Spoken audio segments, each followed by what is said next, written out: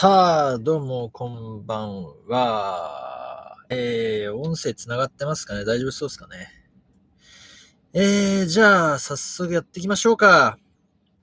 さあ、もうね、このチャンネルをね、よくご覧の方はわかると思いますが、シャオミーのですね、SU7 ローンチです。ローンチされます。ちょっと待ってくださいね。今ね、準備をしてます。えーっとね、皆さんも見てください。YouTube、Twitter で全部、ライブ、ブロードキャストされてますので、それを見ていただいてですね、今僕もこのテスラの画面上でですね、見てます。こっちじゃね、間違えました。テスラの画面上で見てます。なので、僕のリアクションを見ながら皆さんもなんかで見てください。でもそっか。普通の人は端末が1個しかないのか。そういう人は諦めてください。ちょっと待ってくださいね。ね、私の、コメントを見れなきゃいけないんですよ。どうでした？これか。はい、OK です。はい、OK です。さあ、そんな感じで、やっていきましょうか。さあ、20時からですね、日本時間の20時から、ワールドプレミアスタートですけども、最初の多分20分ぐらいは多分そんなになんか、今までの歴史とか、このチャンネルもともとですね、シャオミーのEV テクノロジーの発表みたいなものはね、動画でも解説している通りです。基本的にはですね、まずは、モーター内製しています。で、さらには、バッテリーか。バッテリーに関しても CATL 製のですね、チーリンバッテリー。最新情報ではシェンシーバッテリーの方もですね、採用するみたいな話になってますけども、そこら辺もちゃんと投入してですね、長期風速充電も可能にすると。で、さらにですね、これ次世代、独自開発のですね、ヒートポンプシステムなんかもですね、取り入れることによって、特にですね、冬場における、充電性能並びに、航続距離の悪化をね、最小限にしようかっていうところありますし、さらにはね、これギガキャスティングっていうですね、製造工程における、革新みたいなものですね。9100トンですね。リアのダイキャストを使っています。だからこれは例えば、どこですか？サイバートラックとかとね、同じような、規模感になりますので、シャオミもね、相当、これは一応シャオミはハイパーキャスティングと、言ってたりしますよね。で、あとは、自動運転ですよね。こちらに関してもですね、やはり、独自開発していると。で、シャオミはですね、2024年中には、業界のね、これトップレベルに躍り出ようという相当野心的な目標を掲げています。現状の、業界トップで言えばですね、これもうファーウェイ、並びに、X ペンあたりだと思います。その後追うのが、ニオだったり、リオートだったりですね、ズイカーとかあそこら辺になってくると思いますけども、そのですね、トップクラスに、2024年中に入っていこうと言っていますので、ここら辺がですね、どうなってくるのかというところを、非常に期待したいのと、最後はですね、あとはこのソフトウェア周りですよね。やはりですね、これ、シャオミのやっぱり強みっていうのは、やっぱシャオミの携帯ですよね。携帯というか、スマートフォン。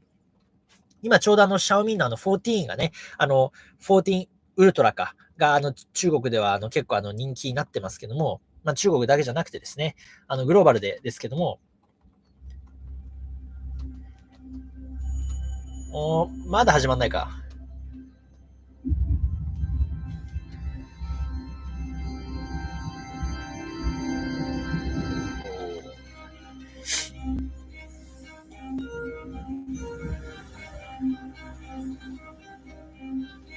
これ皆さんも見てくださいね。これね。見ないとわからないと思うので。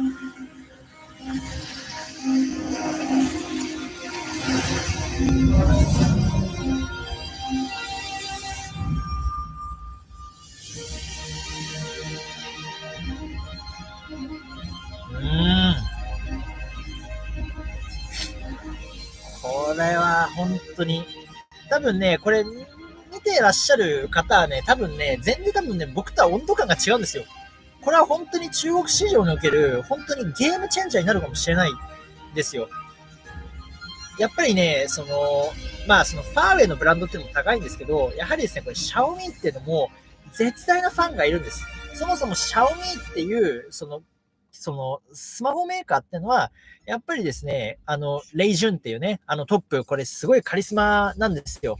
で、その人が、やっぱりですね、そういうファンベースに作り上げてきたっていう会社になりますので、これですね、自動車分野に関してもですね、やっぱりそういうコミュニティっていうところでですね、大きく、この SNS 上でもですね、このレイジュンはですね、めちゃめちゃ SNS で情報発信をするんですよ。なので、そういうところも含めてですね、これは、そういうムーブメントにつながったらですね、これかなり大きなムーブメントになるというところですよね。特に、もう EV 性能はね、ある程度小出しになってます。まだですね、実は今回の発表会でサプライズがあるんじゃないかと。一応なんかリーク情報がですね、ちょろちょろ出てると。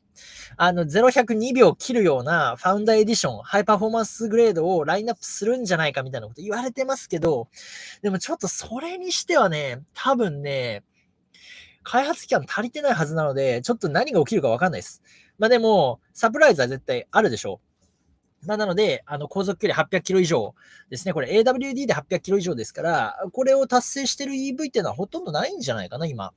中国市場だと本当に、テスラなんか全然達成できてませんから、そこら辺考えると、相当にですね、性能も十分。で、急速充電性能なんかもね、だから、シャオミ自身でですね、充電ネットワークとかどうするのかとかですね。あとやっぱ ADAS ですよね。ここら辺をどういうようなタイムラインでどんどんリリースしていくのか。ここら辺もですね、非常に気になるところではありますね。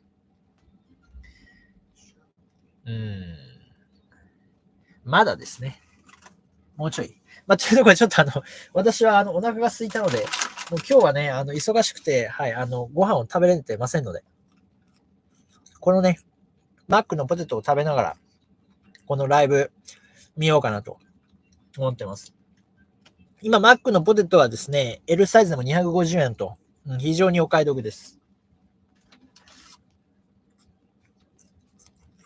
いや皆さんもね、別になんか私のライブは、なんか、普通に、あの、まあ、ちょろちょろね、いろいろと突っ込んでいきたいところはたくさんあると思うので、ガン突っ込みますけど、なんか皆さんもね、ビール片手に見てください。何にせよめちゃめちゃ注目であることは間違いありませんので、最初の多分20分ぐらいはね、なんか、今までの、総括だと思いますから、そのうちに食べとこうというところですかね。さあ、楽しみですね。今もやってますけど、ハイパー OS なんですよ。やっぱり。これが、どれぐらいですね、今だからファーウェイも、なんだっけ、OS の名前忘れしたよ。ハーモニー OS だ。あれがですね、やはり、こう、訴求ポイントになってるわけですから、スマホと、ディスプレイ上だったりですね、そういうシームレスな操作性。いや、楽しみですね。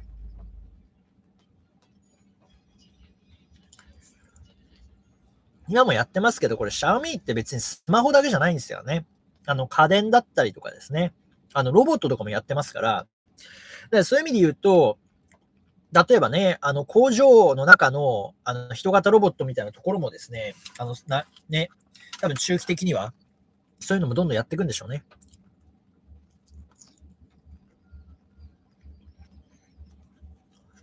この犬型ロボットやべえな。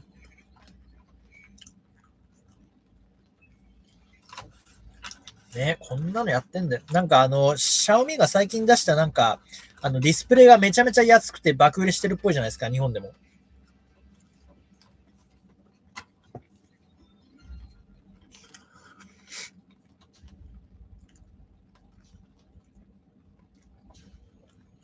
ちょっと今のうちにコメント読んどかないと。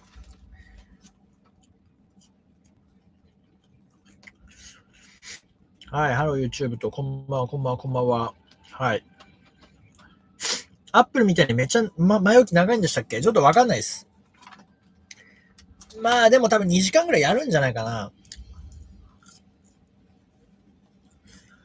な。前回の、EV テクノロジーの発表会、あれは、なんかね、僕もなんか2時間ぐらいで終わるかなと思ったら3時間ぐらいやってるんですよ。で、なんだろう、前置きとかじゃなくて、ちゃんと説明するんで、結構疲れてましたよ。なんか見てる人たちも。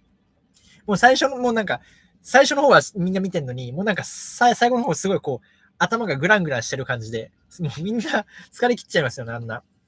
まあでもそれだけですね、まあ、ハイパーキャスティングだったりですね、こう、モーターの内製なんかもやってるわけじゃないですか。V6 と V8 とかね、名前つけてですね、まあなんか内燃エンジンみたく名前つけて。だからこれから、SU7 に搭載されるのは V6 なんですよね。うん。で、これが、一応ね、でもね、リーク情報だとね、ハイパフォーマンスグレードもラインナップするんじゃないかと言ってるんですよね。トライモーターなんのかなちょっとわかんないけど。でも、もっと高出力になる V8 っていうのは2025年ローンチなので、それを搭載するにはちょっと間に合わないと思うんですよ。だからそれを考えると、一体、まあ、ならねえかな。さすがにそこまでの加速性能は出せないかな。まあ、リーク情報なんでね、なんとも言えないかな。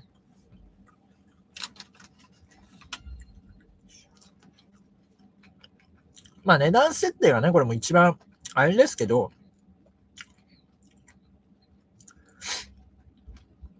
このエクステリアデザインはやばいでしょ。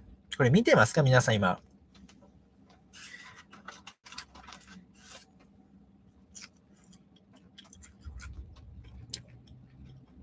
で、これですね、もう、今日のローンチは、X ペイのトップ、ニオのトップ、リオートのトップ、あとね、アバターのトップとかもうね、もう全散してるんです。もう中国の自動車メーカーのトップたちもみんなローンチイベントに参加するんですよ。そんなことあるかみたいな感じですけど、もうね、本当にそれだけ、今もう中国のウェイボーのあの、何トレンドか。あれ自動車部門とかじゃないんですよ。もうすべてでトップ1、2番なんですよ。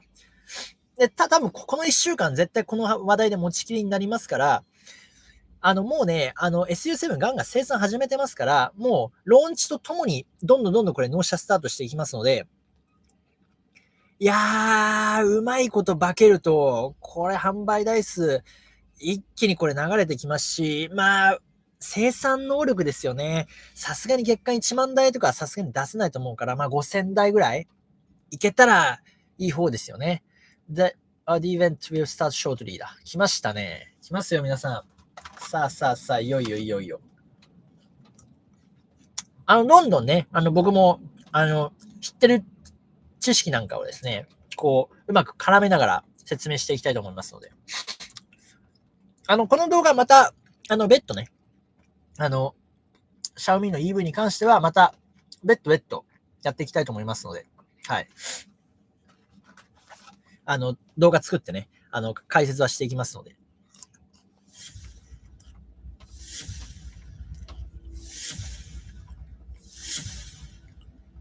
きますね。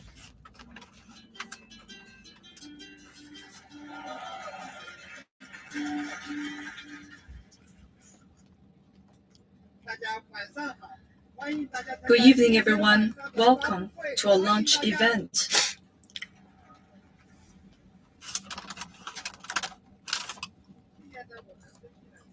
Last year, we upgraded our company strategy to human car home ecosystem.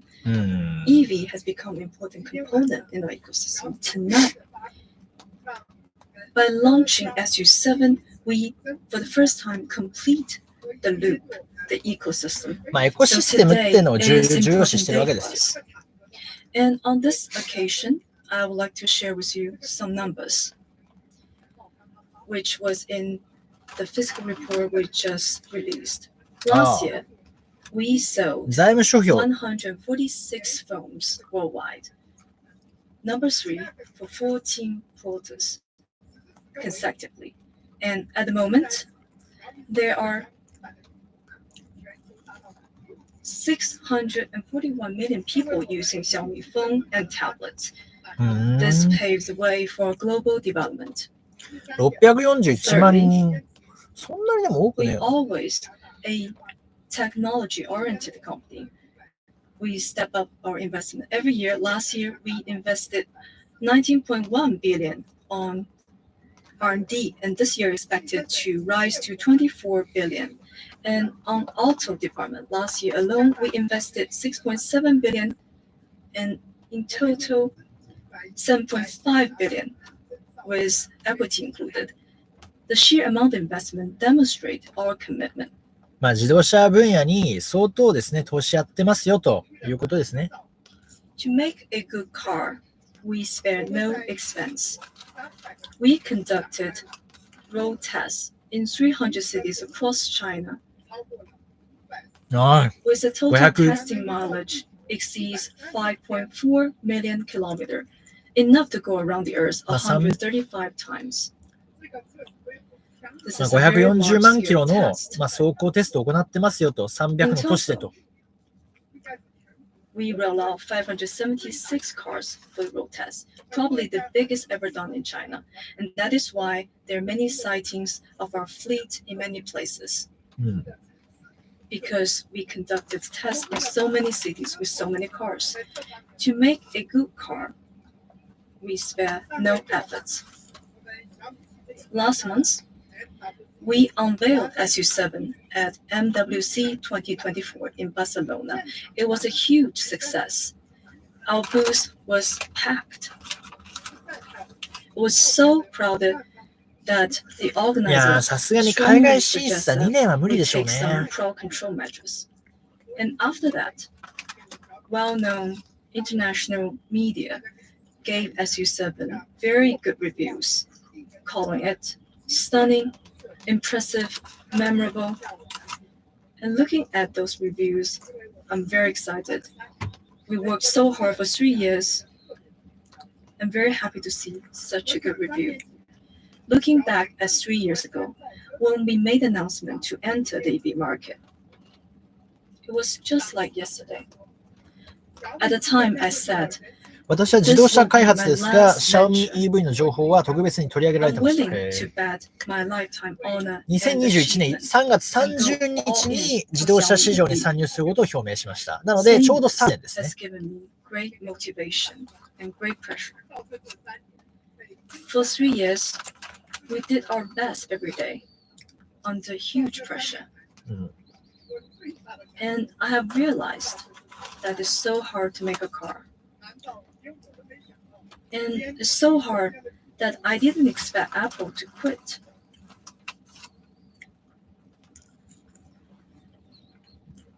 アップルがですね、これ自動車 And that is why の today, 開発を一応や although め we're たみたい still な話にな working って in ま the すよね。 automotive industry, they're all heroes of our time.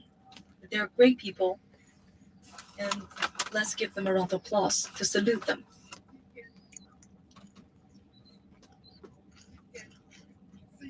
Today is a beautiful spring day.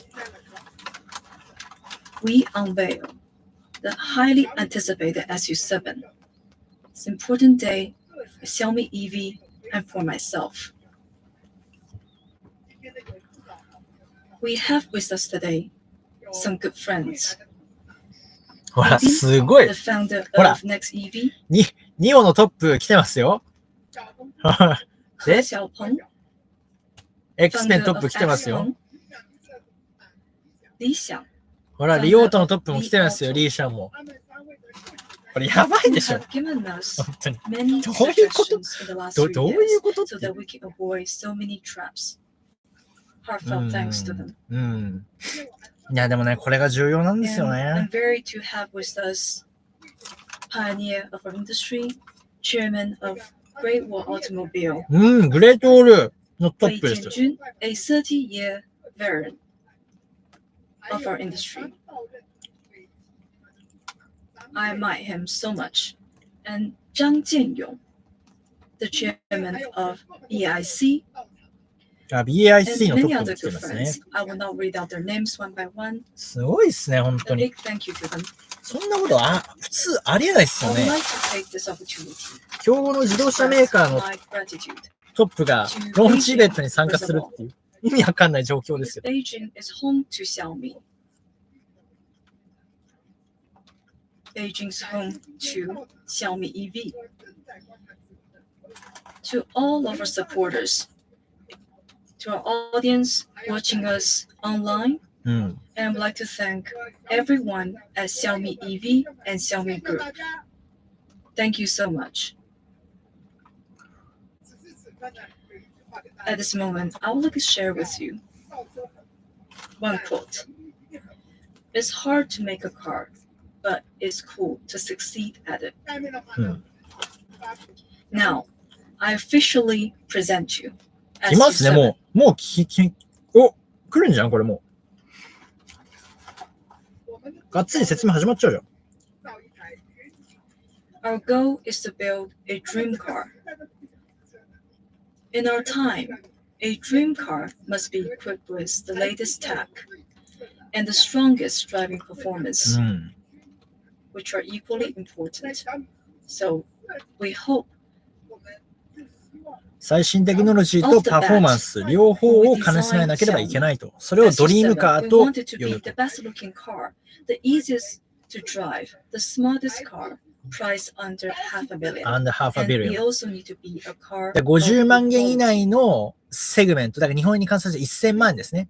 1000万円以内で一番かっこよくて、一番スマートで、一番高性能な EV を作ろうと。そこが SU7 のターゲットになってると。値段設定がどうなるかですね。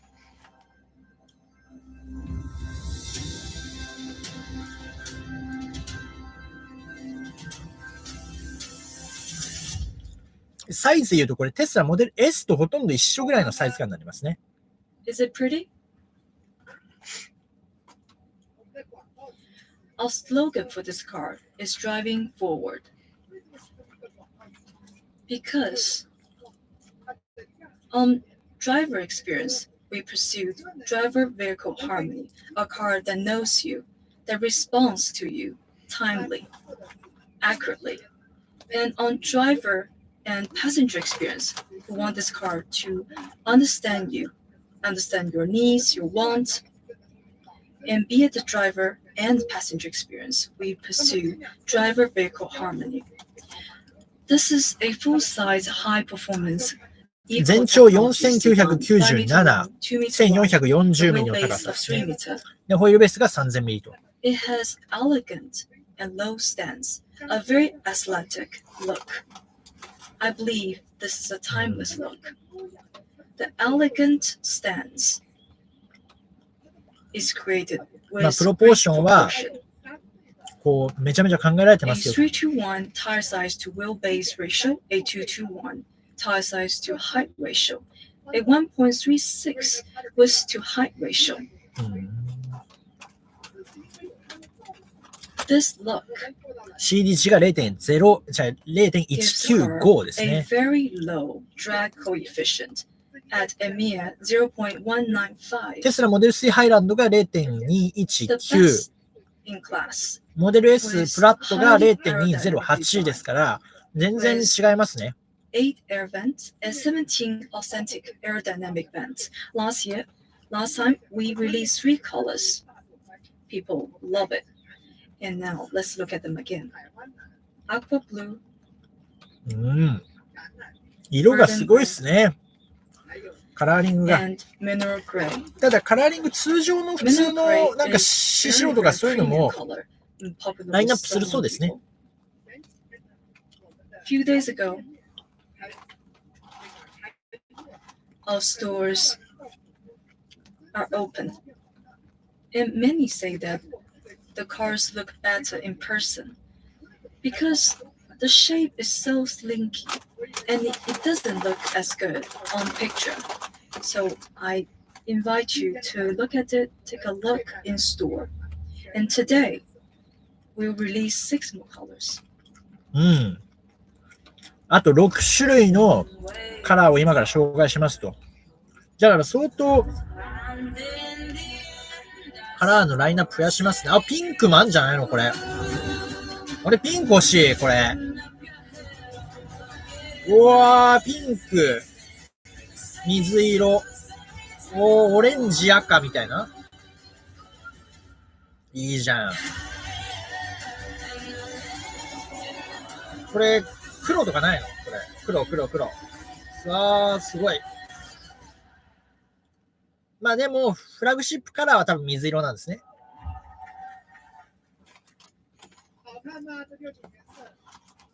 Aren't they pretty? These 6 colors. So we release 9 colors. They look great together.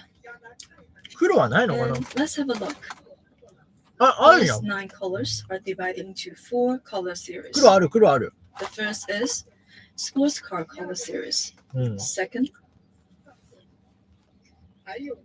stylish color series, premium color series, and classic color クラ series. シックカラー。 We cater to different tastes of all customers. The color of a car is so important. And let me go through them one by one. The first is Meteor Blue. ミンティアブルー。わかんない。 And people call it cream blue online. It's a very soft, shallow blue, ちょっとくすみがかった水色ですね。 relaxing, and healing color. Let's look at it from だからなん different かポル angles. シェとかやりそうだね、これ辺ね。だから、 Looks quite good, right?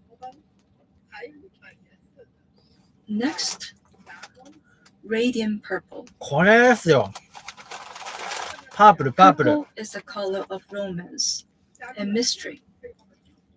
With a special formula metallic, だから、 it gives extra sparkle under the sun. だからピンクっていうよりパープルですね。 It's stunning. これ欲しい。これ And how to これ present 買う。 Not long ago, my alma mater, Wuhan University's Sakura season arrived.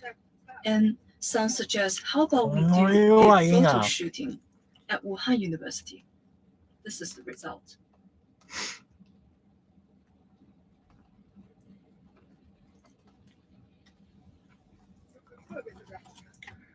あ、だからこれね、桜とね、今 And やって on ま the すけ day of ど、 the shooting, この色はすごいな。 passerbys saw a car and they took some photos and it sparked a discussion online. うん So this color was designed for female customers. そうだね。 But I heard that many male customers うん。 are これ also 女 very の子には fond. 人気ですよ、これ。 And I would also like to recommend another color to you. Basalt gray. Low key, うん great texture, very upscale. ああ、 Let's タ look ー at コイ it ズ from ブルーのちょっと深み a がかかった very 色み low たいな。 profile color. ちょっと今 And we 伝わって have るのか a 全然わかんないけ very ど。 bold color for you. で、これです。やっぱ called 橙色 Lava ですね。 Orange. ああ、溶岩 A 橙 highly みたいな。 saturated color. 名付けてますね。 Enthusiastic, energetic, very pretty. うん。でスポーツ Because カー our の logo is orange. 色 So をこ we うイメージして offer る all と。 kinds of orange. Let's look at it from different angles. 僕ね、赤系あんま好きじゃないんで And the ね。 picture does not do it justice. ただあれじゃないですか。中国は赤っていうのは非常にやっぱり好まれる色なんですよ。縁起がいい色なので、まあこれはね、やっぱ必要ですよね。 To drive such a color. 中 The 国においては next 必 one 要。 is pearl white. うん。パールホワイ It's トです not ね。 ordinary white. We added pearl powder that creates dimension and depth. It's very comfy and very easy on the eye. うん。 Next, diamond black. ダイ It's ヤモ not ンド the ブラック。 usual black. We also added a metallic.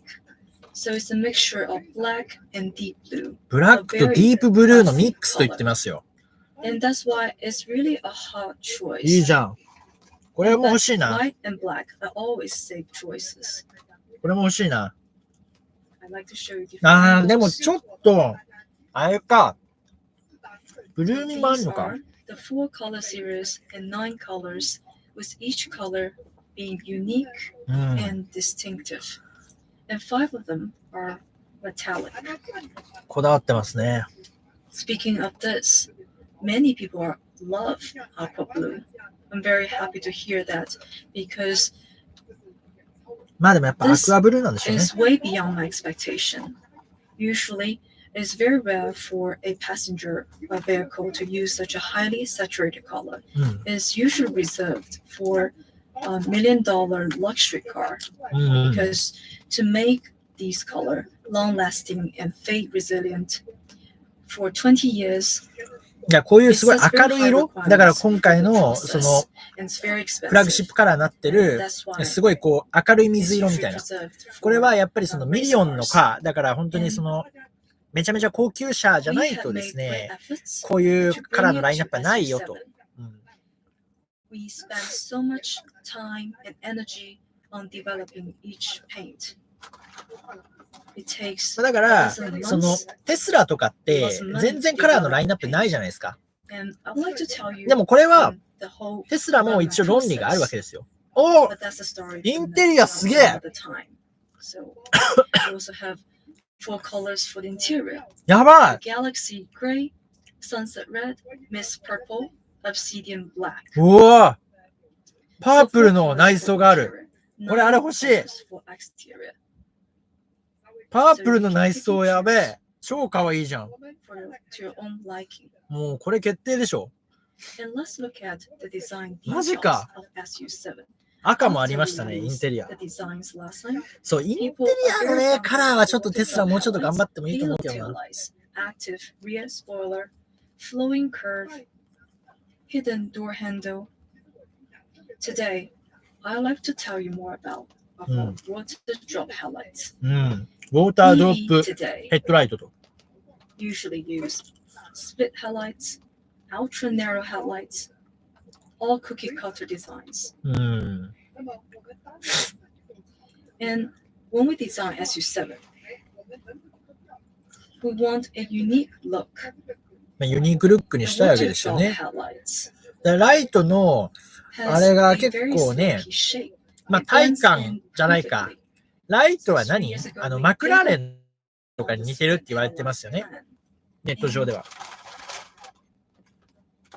The light actually looks just like a logo, and it shines a powerful beam far and wide across roads. It shines 400 meters ahead. That's 14 basketball courts add together. Its low beam shines very wide angle, 160 degrees. 160度と400メーターの It actually shines 車高 both 距離。 far and wide. We also have ADB adaptive headlights. アダプティブヘッドライトですね。 We can automatically switch まあ、 between テスラのね、 high ア beam ダ and プティブヘッ low ドライトは最近 without 欧州とかで blinding OTA されて the ますけ other ども、 drivers. あんまり評判良くないですよ So ね。 it's a very useful function for evening だから driving. これはやっぱドイツメーカーとかすごく優秀なん And で、 about テスラのね、 wheels and tires. そういうのあんまり得意じゃないです I よね。 realized the ワイパー importance とか of もそう them だと思いますけど。 after I entered the EV market. The wheel size and designs are part of the look. 来ましたよ。 The tire ホイール。 determines the performance これね、もうすで range にこれアナウンスされているんです So よ。 how can we provide the 19イン best チ、20インチ、21インチ tires 履けると。 So we で、 have これ航続距離変わってきま different す。 sizes. It 19 starts イン with チが 19 810 inch, キロまで伸びるそうですね。 19, 20, and 21. 20インチがパイロットスポーツ EV。 We also have the low drag wheel and the three E types プライ of マシ sports ーも wheel. ありますね、 And 19イン we チで。 have で、 the 21 wheel which イン is チが like ピレリ P0 と。 7, and also we have the different types of the wheels, the multi-spoke sports wheel and cloud blossom wheels. Also, we have developed 4 types of tires. For example, they are E all プライ from マ the シー、トランザ international brands. For 6、パイロットス example, ポー we ツ have EV、ピレ the リ 19 P0、 inch 第5世代と。 especially in low rolling resistance tires, and it costs about 5,000 to 6,000 even in Denmark. We also have the 19-inch Bridgestone Comfort tire. We also have the 20-inch Michelin White tire. The tire noise is much smaller. Also, we have especially prepared for the people who pursue the performance. We have prepared for them the P0 tire from P0 Pirelli to achieve that most performance. エレクト In じゃない order ん to です make か it ね。 more sporty, we also provide the narrow front wide rear design. 24540R20、26540R20。 The rear is wider.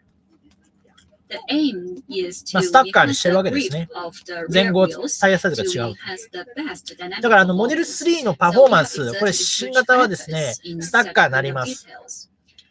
Next, I want to introduce the まあ、なので、 interior design. モデル3パフォーマンスのね、 We have the wraparound どっちが cockpit is simple and 高性 classy, 能か、ここら辺も and ですね、 the 非常に気になりますね。 passenger space is very comfortable.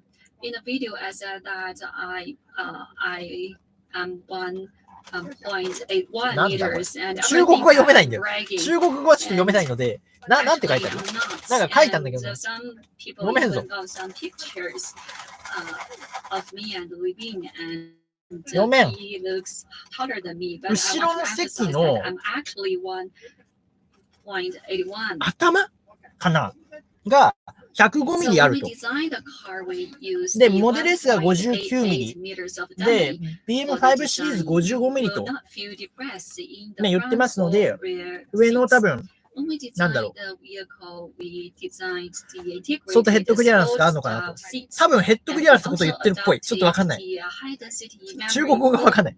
英語はわかるけど。 to ensure the comfort for short range driving, and also you will not feel tired for the long range driving. Also, we use the Napa full grain Napa leather. It's very soft, it's very comfortable, Napa and leather. it is skin friendly. It is certified. It's also safe for the babies. They are very good materials. We are equipped with very good sound system. We have 25 speakers, sound system, and support the Dolby Atmos. And also we have equipped the headrest speakers for all the models. So when you listen さあ、 to サウンド the システ music, ム you です will hear ね。 that 確か25スピーカーだったはず the ですけど。 navigation from the headrest speaker, and it will not disturb the other passengers in the vehicle. This is a very sweet design. We have a very big ト trunk, ランクが which 517 リ is ッ big ターで enough すね。 for a whole set of camping equipment. We also have a very big front フランク trunk. ですね。フランクが This 105リッ size ター of で front す。 trunk, only the most advanced モデル S が dedicated 89リッターだっ EV たっ platform け？ can achieve that. や It ばい、忘れ can した。 contain 105 liters of things. これだけ、 It be この useful. ボンネ For ットが example, 低い you じゃ can ないですか。 put your takeaway これで food 105リッ there, ター確保するっ and てい you うのは can なかなか also ですよ。 put your fishing gear in the front trunk. It is very practical. うん。 Apart from that, まあ、リアもね、これ、 32 storage spaces 500 in リッター以上あれば Toyota is 余裕 very ですね。 exaggerated, right? I used to joke with them that the SU7 is a monster of storage. In the interest of time, I で、こ will れ just ストレー give ジ you a few は examples. 車 We 内 have にも lots い of ろいろとあり storage ますよと。 spaces. だから相当ストレージは大きくなってますよっていうとこ When ろを we アピール reviewed して the ますね。 picture, some people asked, what are the two rivets on the IB platform for? Is that just for good looking? Actually, not. That is a dedicated standard M6 screw size, one on each side. And also there's another one under the rear view mirror. There is also a charging space under the rear view mirror. It is for ああ、 the phone mount here. You ス can マ also ホと install か a を GoPro here. So the media professionals, if you are つけ interested るため in の the なんか SU7, デコボコ actually みたい we なのがあるんだ have と。 a very good design for you. And actually, lots of car makers do なんか not ここは consider ス the マホ、 phone mount. うん。 I tested だから lots of phone holders, and ここはだから they are スマ not ホメー very カー good の in やっぱり good. 考 So え I だと。 tested 自動 for 車 lots メー of カーはあ times, んまり and こう I 気にしてないけど、やっぱりみんな said to つけ myself るよ that ね we と need to make very 言 good って phone るわけ mounts. ですよね。で、今それでちょっとカメラ We が also あの have あ two の phone 何 storage リー・シャン spaces と at か the central ウ console, ィリアム・ supporting リーとかに抜かれてちょっ 50 watts と of 笑 wireless ってます fast けど。 charging. And also we have a phone storage at the door of the front seat passenger seat. So you will not forget your phone when you get off the vehicle. Also, at the central console, we have two large cup holders. カッ It's プ good ルだ。 enough for 2 large cups of coffee. Then ブリッジコンソールになってるんですね。 under the central console, there is a storage space for the flashlight. Here, we have two hidden hooks. You can hang a plastic bag or your takeaway food. センターコンソールもでかいけど、上にフックがついてると This まあなので flashlight is very practical. 動いちゃいますよ It's ね、あれ also ね。 product. そこら辺をこう引っ掛ける I こと want で to きますよと。 introduce the flashlight. It is a clear flashlight. It goes very far. Also, it can also be a seatbelt cutter and a window breaker.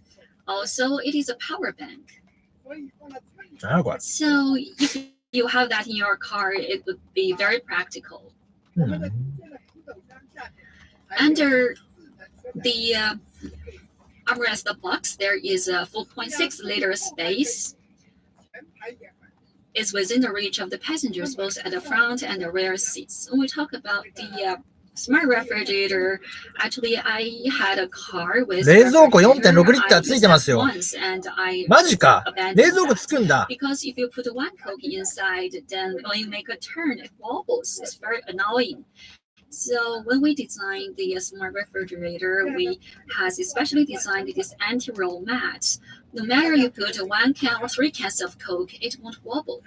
いや、だからね、 Also, もうこういうとこだよ I な。 want to especially introduce this super extra large glove box. グローブボックスもでかいと言ってますね。 We have some engineer users who would like to take the laptop on a vehicle, and it's unsafe to put it in a car when you leave the car, and it's very troublesome to put it in a trunk. So we have this glove box. You can put the laptop here.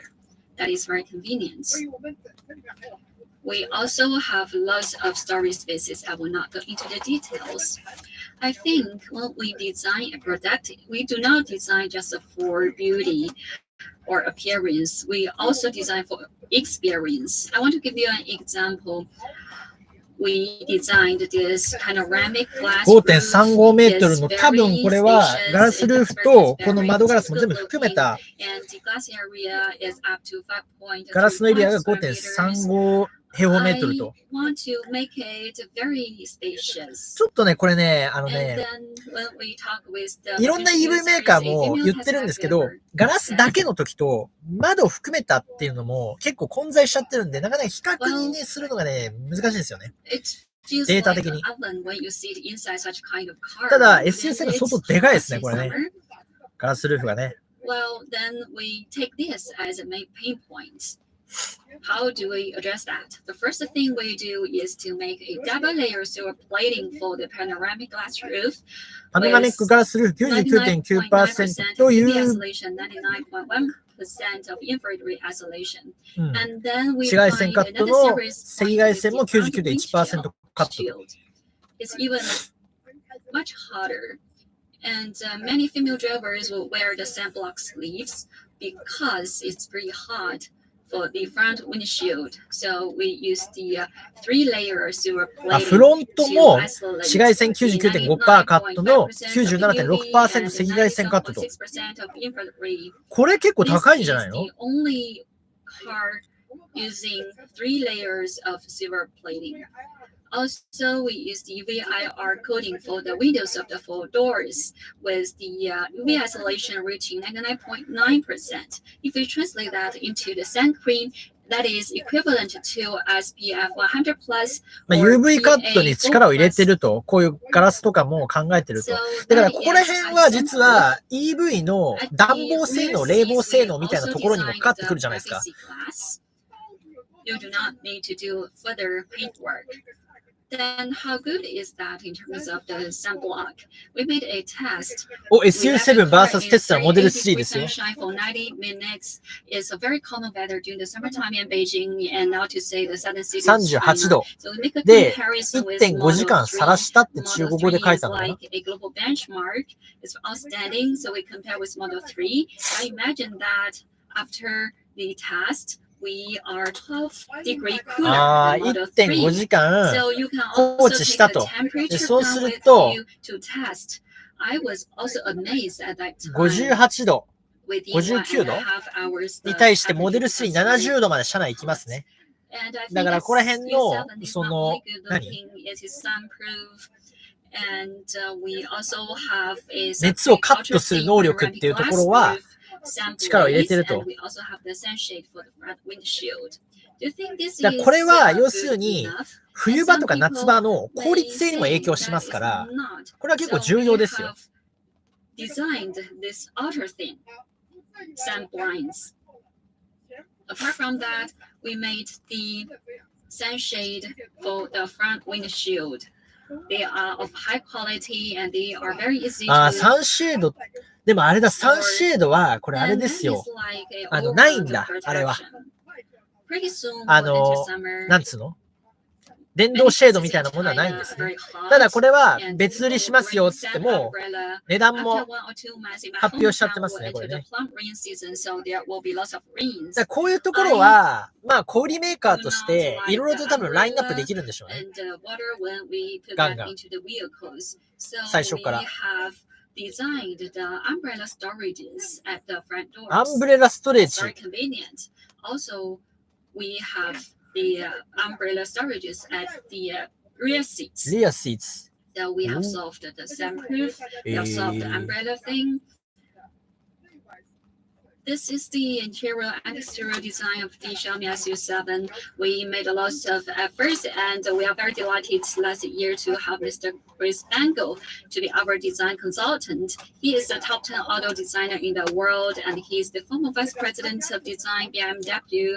I believe that having him as our design consultant, he will help us to move Xiaomi Auto to the next level. I would like to welcome Mr. Chris Bangle to the stage. Hi. Hi, Welcome. Hi, guys. Wow. Hi. My name is Chris Bangle, and I'm super excited to be here at the very first Xiaomi EV launch event. Thank you very much for having me. This is really, really cool. Isn't that a great car? Isn't that a beautiful car? I mean, that was my first impression. なんかデザイナーを顧問として雇ってるんですね。このクリス・バンガーって人。何人かな。ドイツ人っぽい。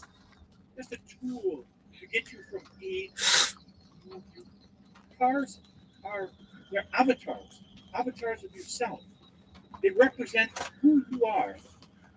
And when I saw this Xiaomi Su7, that was my immediate thought. Here is a car that a lot of people are going to identify with and say it's a wonderful expression of themselves. Now, it's not what I expected from Xiaomi because they're known for a design language which is very, very reserved. Not like this car. I've been to Xiaomi stores, and I really like their products.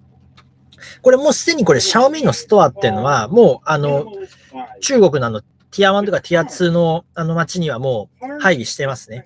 だからもう展示もスタートしてますから、もう納車もガンガン始まっていくと。This enters this whole new expression of boldness. Now, this entry into sportiness, wow, that's fantastic. But still, it's packaged for a family and everyday use. I was really excited because it was so different from what I expected from Xiaomi and very impressive for their very first crack at a car. Well done. I had a lot of fun driving the Su7. And what impressed me was how powerful.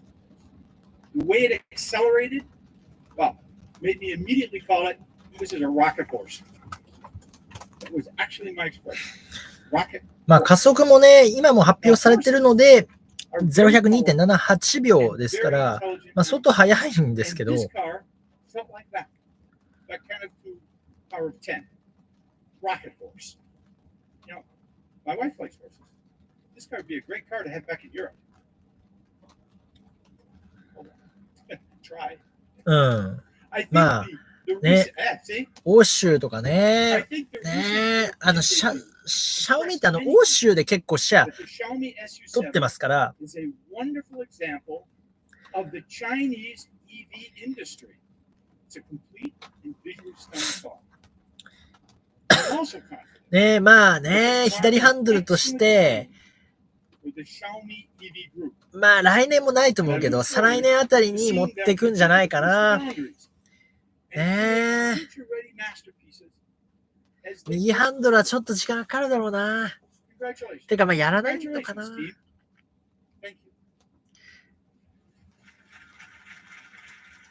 ねえ、これね、日本に持ってくるのはちょっとな。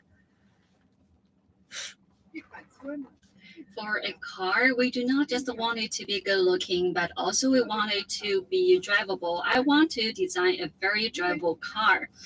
A drivable car means that when you drive it, it's a kind of enjoyment. Every time you step on the gas, every さあ、 time you そろ make そ a ろ多分あれ turn, ですね、 every パフォ time ー you マンス step 性能 on と the かの brake, 話に you 入ってくる can はずです。 feel a strong sense of control, and the car can read your mind and take you to anywhere you want.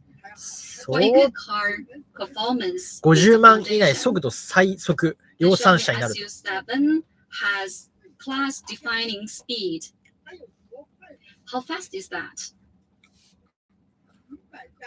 2.78 We 秒。 have 2.78 seconds of 0 to 100 km per hour acceleration. Is comparable to middle-level luxury cars. And the max 265 speed is up to 265 kilometers per hour.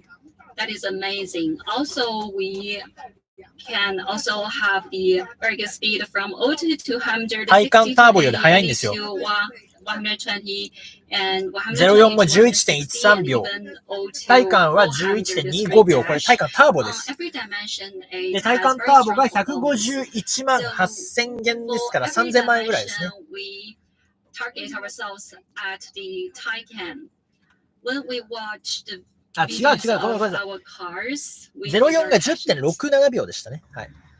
だからモデル S のパフォーマンス、レイブンのよりと同じぐらいかなって感じですね。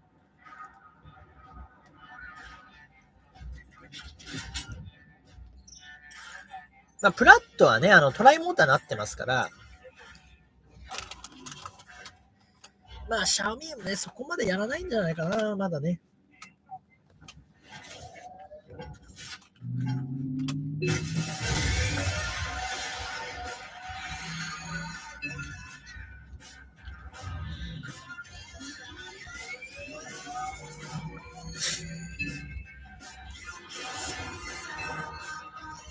あ、嘘ついた。ごめん。04が 11.13 秒ですね。すいません。間違ってました。まあだから 11.13 秒だと、モデル S のパフォーマンスとかの方が早いですね、若干ね。ストッピングパワー0100、100が 33.3 メートルと、これも相当にストッピングパワーがありますね。Wow.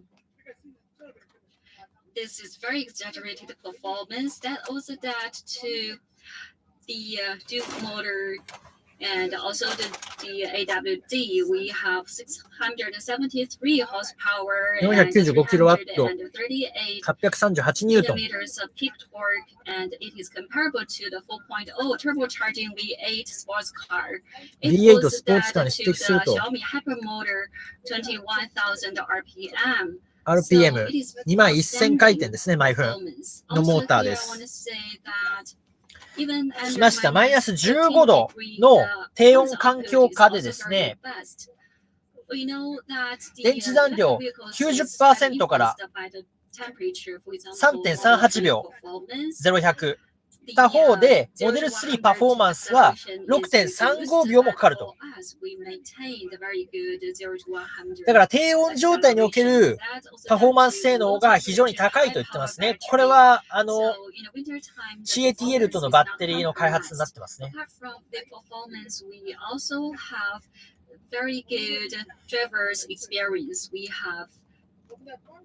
これはですね、パフォーマンス性能だけじゃなくて、冬場における航続距離みたいなところもですね、相当気を使ってるっていうところは説明されてますね。だからこれが多分まだ後で多分説明されると思います。そう、フィジカルボタンをつけてるんですね。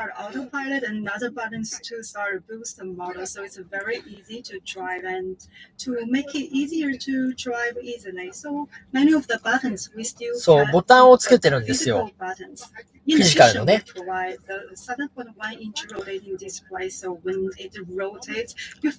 あと何？インストルメントクラスターがこう回転するんですよね。で、56インチのヘッドアップディスプレイもあると。Why I want to emphasize on HUD? Because several of my cars have HUD. If it's not adjusted well, it can be very annoying. 結構でかいですね。Sometimes I had to turn off the HUD.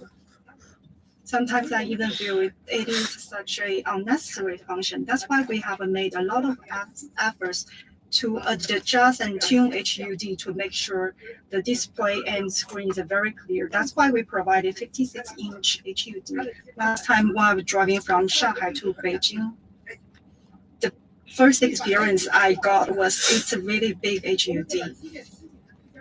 What we did is we have a 7.7 meter focus distance, and it is 逆光でも見やすいよと言ってますけども、これね、レイジュンは自分で、上海、北京の1000キロ以上の区間を走行させてます。途中充電1回でついてますからね。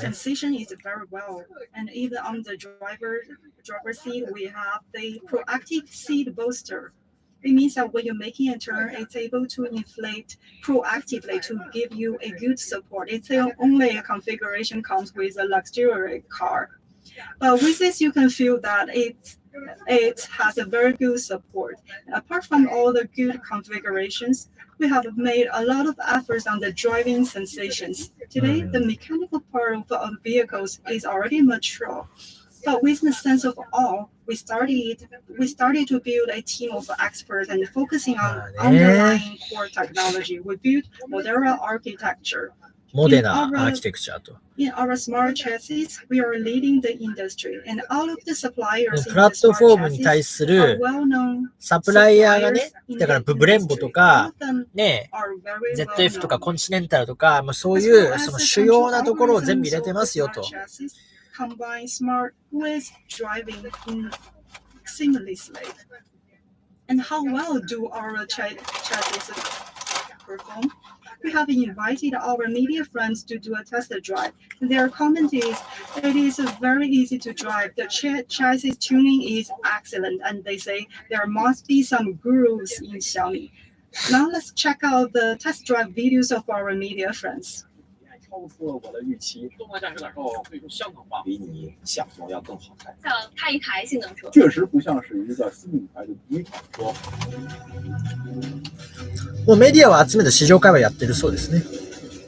驾驶性、基础性的一些调教做的是非常的完善和成熟的，尤其是比如说我们的动力的曲线。BOD 加的这个模式跟它的舒适模式性格反转是差别非常大的，在运动调教的基础之上，还会有一个非常有韧性的。いやー、だどうなるかね、これね。操作其实非常的精准，而且带给驾驶者极强的这种操控的信心感。整个底盘的反馈，包括方向的反馈，いやー、わからない。座椅的这种配合，会觉得跟我整个的这种驾驶的意识是非常非常相符的。整体的一个转向以及它的一个镜面。でも本当にだからこれモデル3のガチンコなんですよね。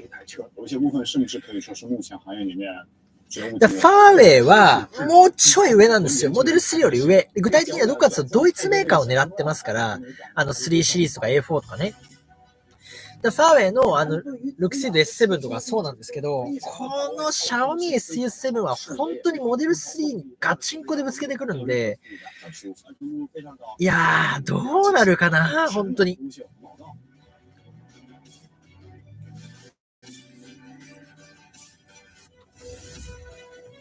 ね、アクティブのリアスポとかついてますからね。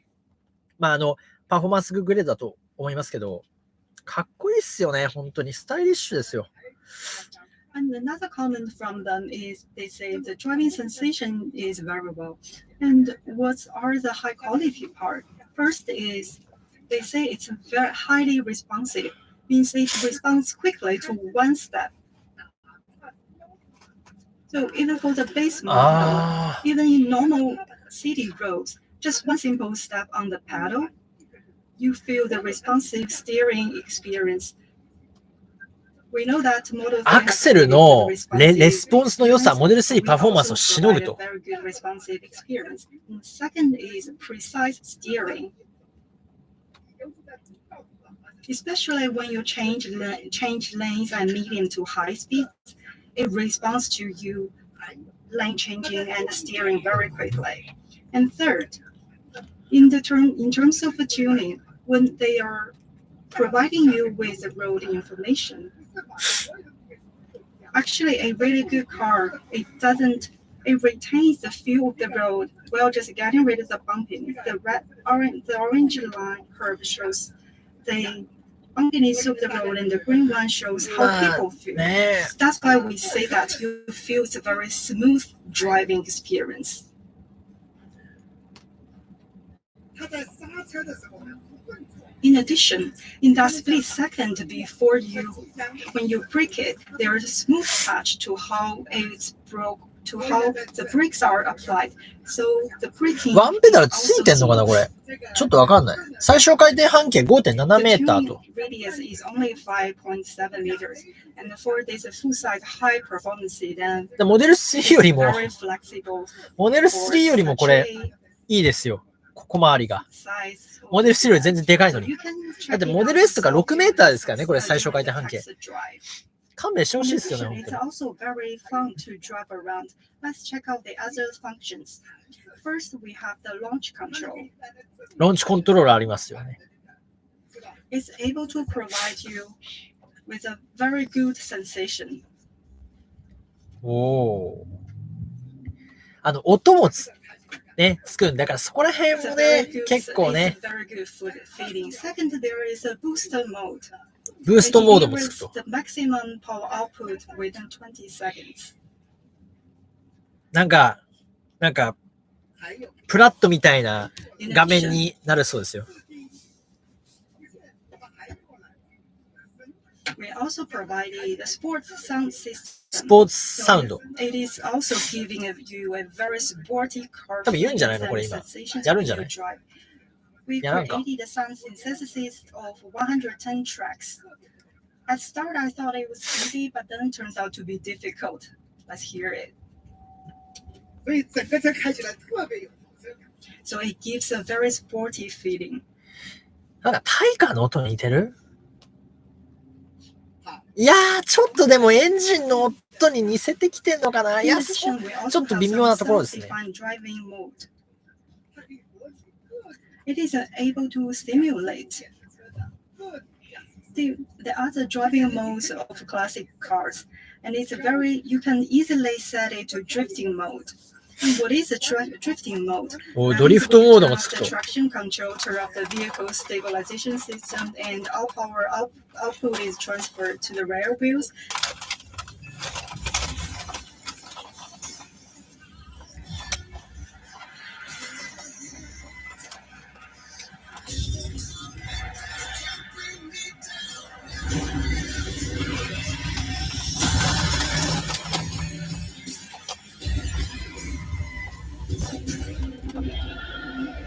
うん。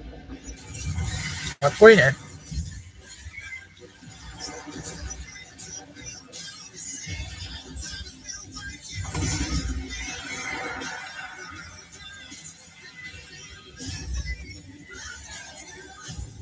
おお、いいじゃん。 Isn't this awesome? I actually have learned drifting myself. Next time I can show you my drifting skill. But I'm not that good yet, so don't laugh at me. So, if I say SU7 is a very drivable car, it doesn't really do it justice. So you should check it out and do a test drive yourself. うん。 Next thing for a EV, the range is さあ、 a 後続距離 very 来ましたね。 important topic for the electric cars. さあ、いよいよ And 来ます for ね。 all models, we have a long range, just as I've mentioned in Weibo yesterday. う We わ start at 700 kilometers. エントリーグレード700キロです。これはモデル3ロングレンジ AWD が706キロ This で is すか in ら the。CLTC mode. We have 700 kilometers. エ We ント know リーで that これです the よ。 range of EV vary in very factors. For エン example, ト the リーグレードは temperature. BYD のブレードバッテリー Second 搭 is 載 if してい it's ま on す。 the highway. Because the speed has a lot to do with the もともと with the range. 668キロっていう説明だったん And で、 30 is also about バッテリー容量を増やしてるのか、If you hit ちょっと on わ the かんないです paddle ね。 more quickly and aggressively, もう it こういう also スペックの reduces 詳細の比較は明日の動画で出しますから、はい、That's why we say if you hit the brakes more smoothly, it saves the range. But our range guarantees that you only need to charge one time for 1 week for commute. And recently, we did a test in Guangzhou. So this is our base model, and we have the 700 kilometers, and this is what people call the entry level. And we do it on the highway 120 kilometers.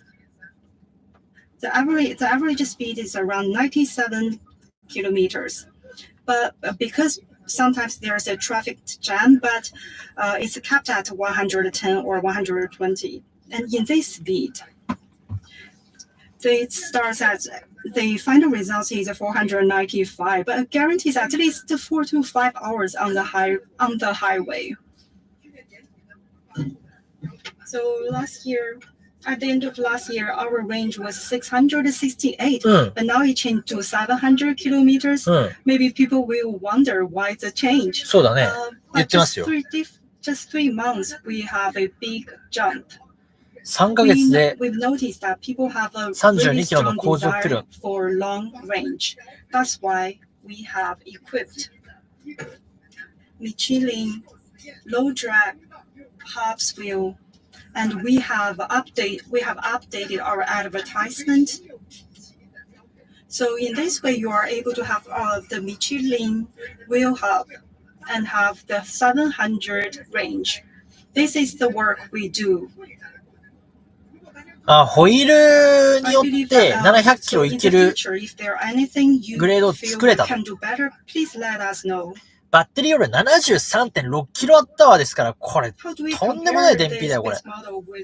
モデル3のベースモデル567キロの航続距離、19インチですよ。モデル3は606キロという航続距離を発表してますけど、19インチを履くと567キロに下がるんですね。これ60キロワットアワー積んでますけども、19インチを履かせて、シャオミー Suv700 キロ。これ 75.3 キロワット。73.6 か。But when we talk about price, we also have to talk about the configurations, right? Otherwise, it's meaningless. Sometimes if the cars are cheap, but they only have 400 range, but we start at 700 range. That's why I have to emphasize range is the most expensive configuration for the EV. 700キロっていうのを最低限にしたと。Or even 1 kilometer, it means a big difference in the price. まあ一つはこれで、要するにモデル3のエントリーグレードよりもずっと高性能なんですよね。SU7 のね。But it still accounts for 30 to 35% of the total cost. So out of the other voltage we have, one voltage means a lot of 値段どうするんだろうな。いやー、俺でも24万9900円とかでいいと思うけどな。And that's why if you want to have a good range, you either have to invest the big money, burn the money, or you have to invest in the technology. So we invested in technology as well as in the money. 0.195 So first we have to have a very low drag coefficient. ギアキャスティングとかもやってますしね。で、単価計装のですね、インバーターも搭載してますし、あと熱管理ですね。これヒートポンプですね。で、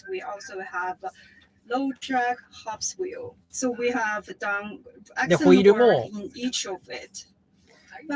相当空力の高いホイールも履かせてると。まあ、航続距離を増やすためにいろんな努力をしてますよと。まあ当然なんですからね。Of course, I know there will still be factors to be improved and to be updated. But I believe range really represents the core technology of the 101キロワットはロングレンジ810キロです。来ました。We know that a good performance means a big drain on the 101キロワットは、これ、チーリンバッテリーですね。810キロ。これ AWD なのがやばいんですよ。今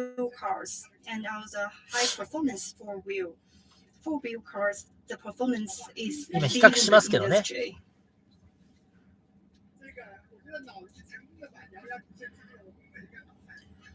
SU7 マックスグレード 101kWh で810キロですよね。体感ターボ。あ、ちょっと今どっか行っちゃった。そうですよね。だから 2.7 秒の加速を持って810キロの航続距離ですから、これは相当レベル高いですよ。さあ、ファスターチャージング起きましたね。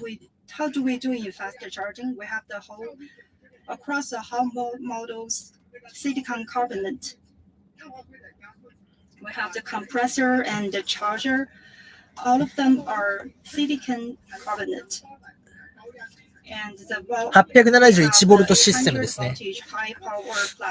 だからこれはあれですよね。IM モーター LS7 とかも875ボルトですよね。ルーシッドエアーが921ボルトシステムですから、相当高電圧バッテリーになってますね。Technological improving. The whole charging is optimized charging technology.And is able to further improve the charging time. So in 15 minutes, we are able to 15分の充電で510キロ分の航続距離回復できると。Just in 15 minutes is enough to last you for 500 kilometers. 5分で220キロですね。ベースモデル486ボルトシステムですね。15分で350キロ航続距離回復できると。is able to charge 350 kilometers in 15 minutes. If we compare with Model 3, モデル3が394ボルトシステムで15分で250キロ分航続距離回復できると。ところが SU7 の場合は15分の充電で350キロ分回復できると。で、航続距離も700キロありますから、やはりモデル3のエントリーグレードとはちょっともう全然違うんですよね。So the first thing we want to do is that it has to be compatible. It has to have a high compatibility. 62%15 分で充電できてんな。It's actually 多分 10%、80%、多分20分以内ですね、これね。And in order to do a good job, 悪くないですね。We have done in over 300 cities. We tested 148 different companies and tested 2,000 stations. In total, we tested 70,000 times of the charging stations. We also help the charging station to solve more than 500 problems. And while we were doing this, we have experienced we improved the overall charging experience for the industry. For example, for this most common public charging station, our voltage is much higher than Model 3. これ面白いですね。だから今中国で普及している公共の急速充電器で大体120キロワット級なんですよね。で、これで充電した時にも、やはりですね、モデル3よりも充電カーブがいいですよと。これベースモデルでも相当いいですよってことを言ってますから、そういうね、リアルワールドにおける充電性能もモデル3より優れてますよということを言いたいんですね。Of course, we also prepared home charging stations that is 11 kilowatt kW.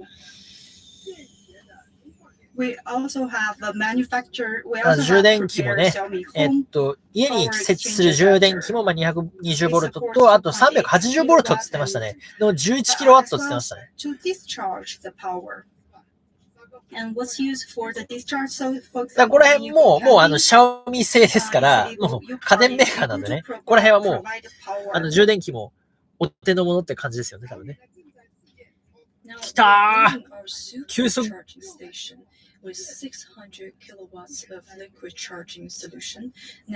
キロワット超急速充電器。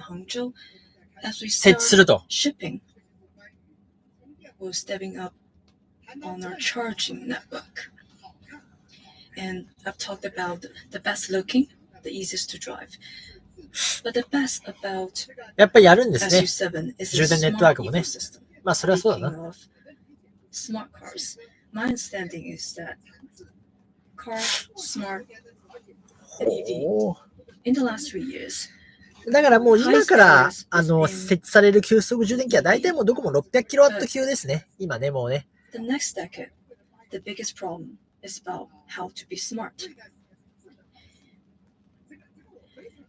And I cannot stress more. The future competition lies リ in ー・シャンはちょっとニコニコしてましたけど、 which is ウィリアム・リーはすごく真剣な顔で見てま With した。 14 years experience in smartphones, we will apply the experience and expertise we accumulated on our EV and our car EV smart ecosystem will seamlessly connect all devices in the ecosystem. And smartness is the soul of our EV. And I would like to talk about it in 4 aspects. First, smart driving. スマートドライビングですね。 Launching ADAS that, ですね。 I talked about the algorithm and Xiaomi autopilot.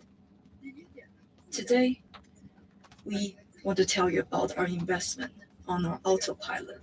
We're very committed.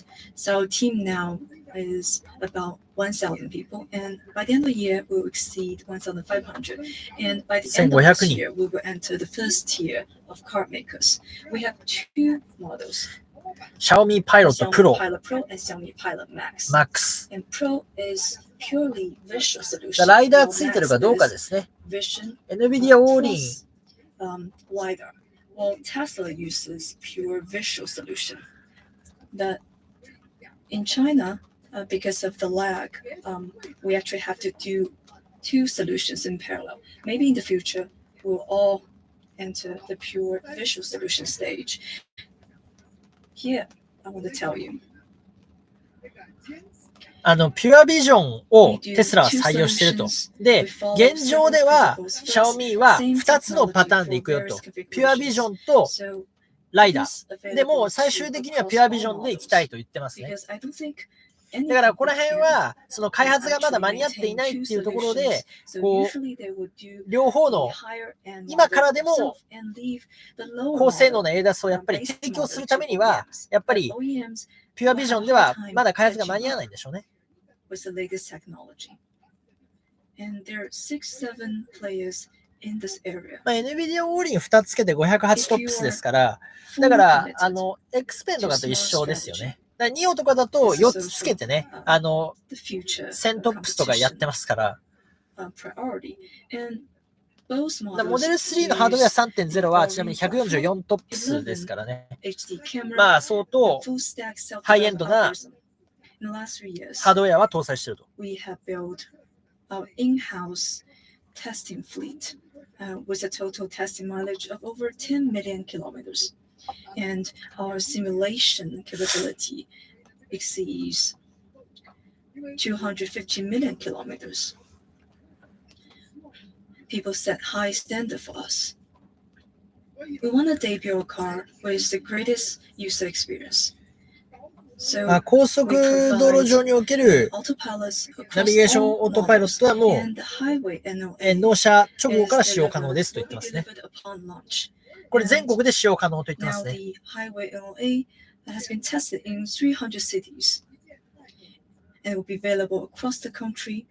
And we support auto parking. オートパーキングもやり And ますね。 autopilot is available to all models. And in every city, we tested the auto parking, all kinds of parking slots in the underground parking lot. The completion rate is over 95%. And all models are equipped with mechanical car location technology, even when there's narrow edges. And it's end-to-end あ、 sensing. 機械式駐車場の狭いところにも対応させてるよと。これは全車標準搭載っぽいですね。 challenging scenarios. 日本とかもやっぱ重宝したいですよね、これね。すごい狭いところでもできましたね。シティ ADAS ですね。シティ NOA です。ここですよ。で、これが Xiaomi Pilot Max なんですね。ユーザーテスト4月からスタート。5月から10都市。8月に全国。早い。本当にできんのこれ。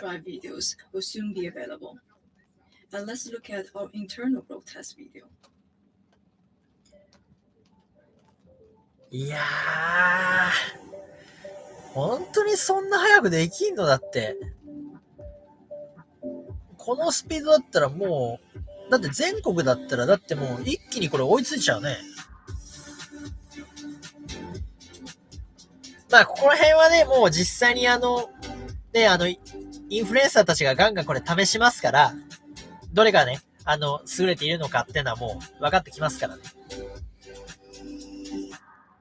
だから、やっぱりこのシティエダスなんですね。もうこれが今もう、その中国では非常にこれ、重要な要素を占めてますから、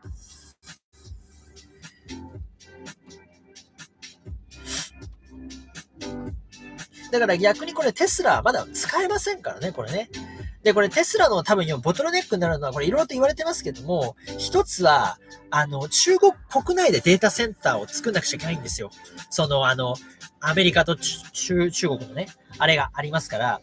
で多分そこの、要するにハードの、計算、データセンターを構築するのに、だから今NVIDIA のね、そういう GPU とかをなかなか確保できないところが、今、中国とかで、FSD を提供できない理由なんじゃないかって言われてるんですよね。だからそれは結構まだ時間がかかると言われてますよね。The central touchscreen, the HUD, and 2 tablets in the back seats. So 5 screens interconnected. Let's look at each of them. 中央のインは 16.1 インチですね。3K。Powered by Snapdragon 9875. Qualcomm Snapdragon 8295。And this is the best card chip in the market. Very smooth operation. まあ、ここら辺はもうね、もうプレミアム EV はもう使わないとダメですね。Because we want to improve the compatibility with the apps. When you make display screens in all sizes, it actually creates huge challenge to the apps ecosystem. So with 10 years of experience in tablet making, we make it a standardized tablet. So all apps are available on this tablet. Let's show you a small demo. Open the spoiler. これスポイラーの角度とかも調整できるんですね。Just one click, you can open spoiler. Open the boot. Turn on the AC. The whole system is very smooth. And the vehicle OS adopts a flexible framework that uses widgets you can move around and resize the apps to your liking. ユーザーインターフェースもすごい洗練されてますね、これね。そして、ハイパー OS ですよ。ここですね。スマホとの連携です。The console automatically display an icon. You can open the phone's interface with a single touch. スマホの画面を投影できると。当たり前ですけどね。で、ワンタッチで、スマホの、だからスマホで投影してた映像みたいなのを瞬時に画面にも、車両の画面上にも共有できると。ワンタッチでね。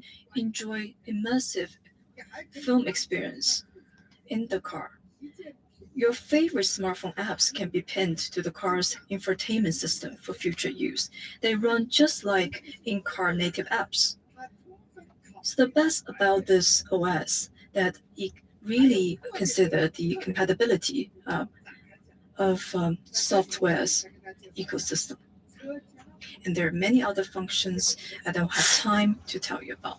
Next is car home interconnectivity, how your car interacts with your home. 家との Get 共 your 有。 car ready with a voice. In summer, before you leave your home, you can tell your car to turn on the AC. うん。 And まあ、ここら we 辺は have ね、 added voice print recognition to limit the access so that your kids cannot mess around.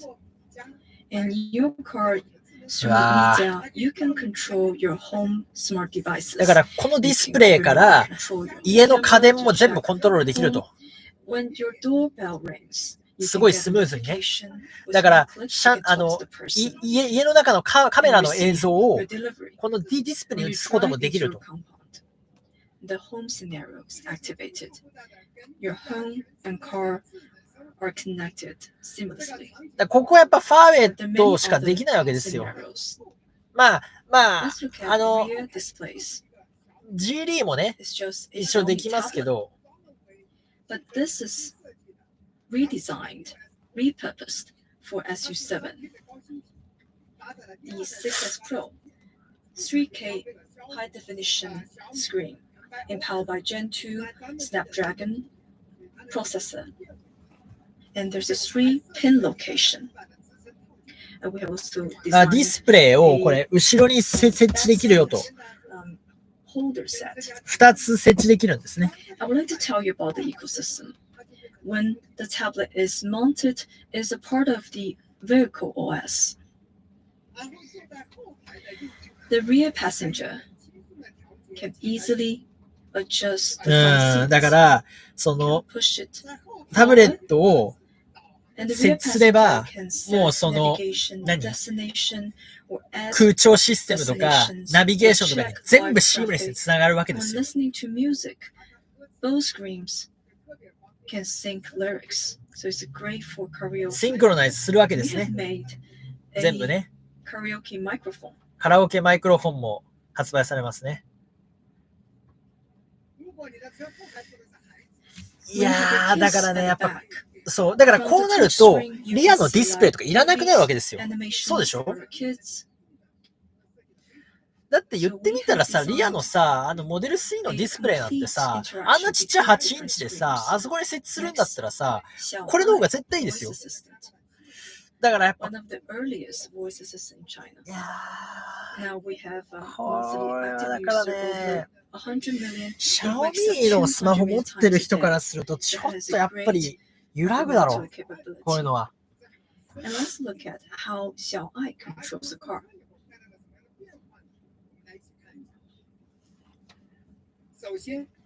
First of all, let's see how it rolls down the window.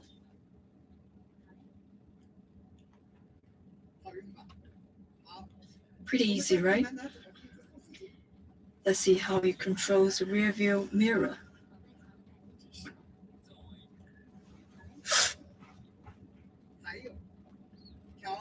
And adjust HUD.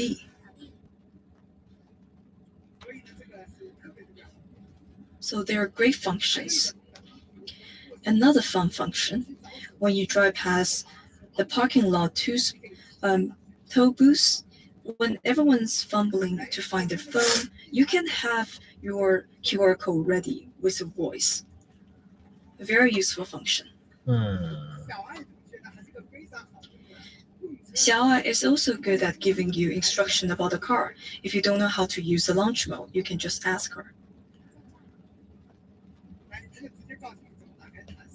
She would teach you how to use launch mode. In the cabin, we allow voice interaction from every seat. Even when you sit in the middle of the back seat, Xiaomi can answer you and interact with you accurately. Xiaomi has adopted large language model. We developed our 1.3B language model. And what's the use case? The most often demo is this.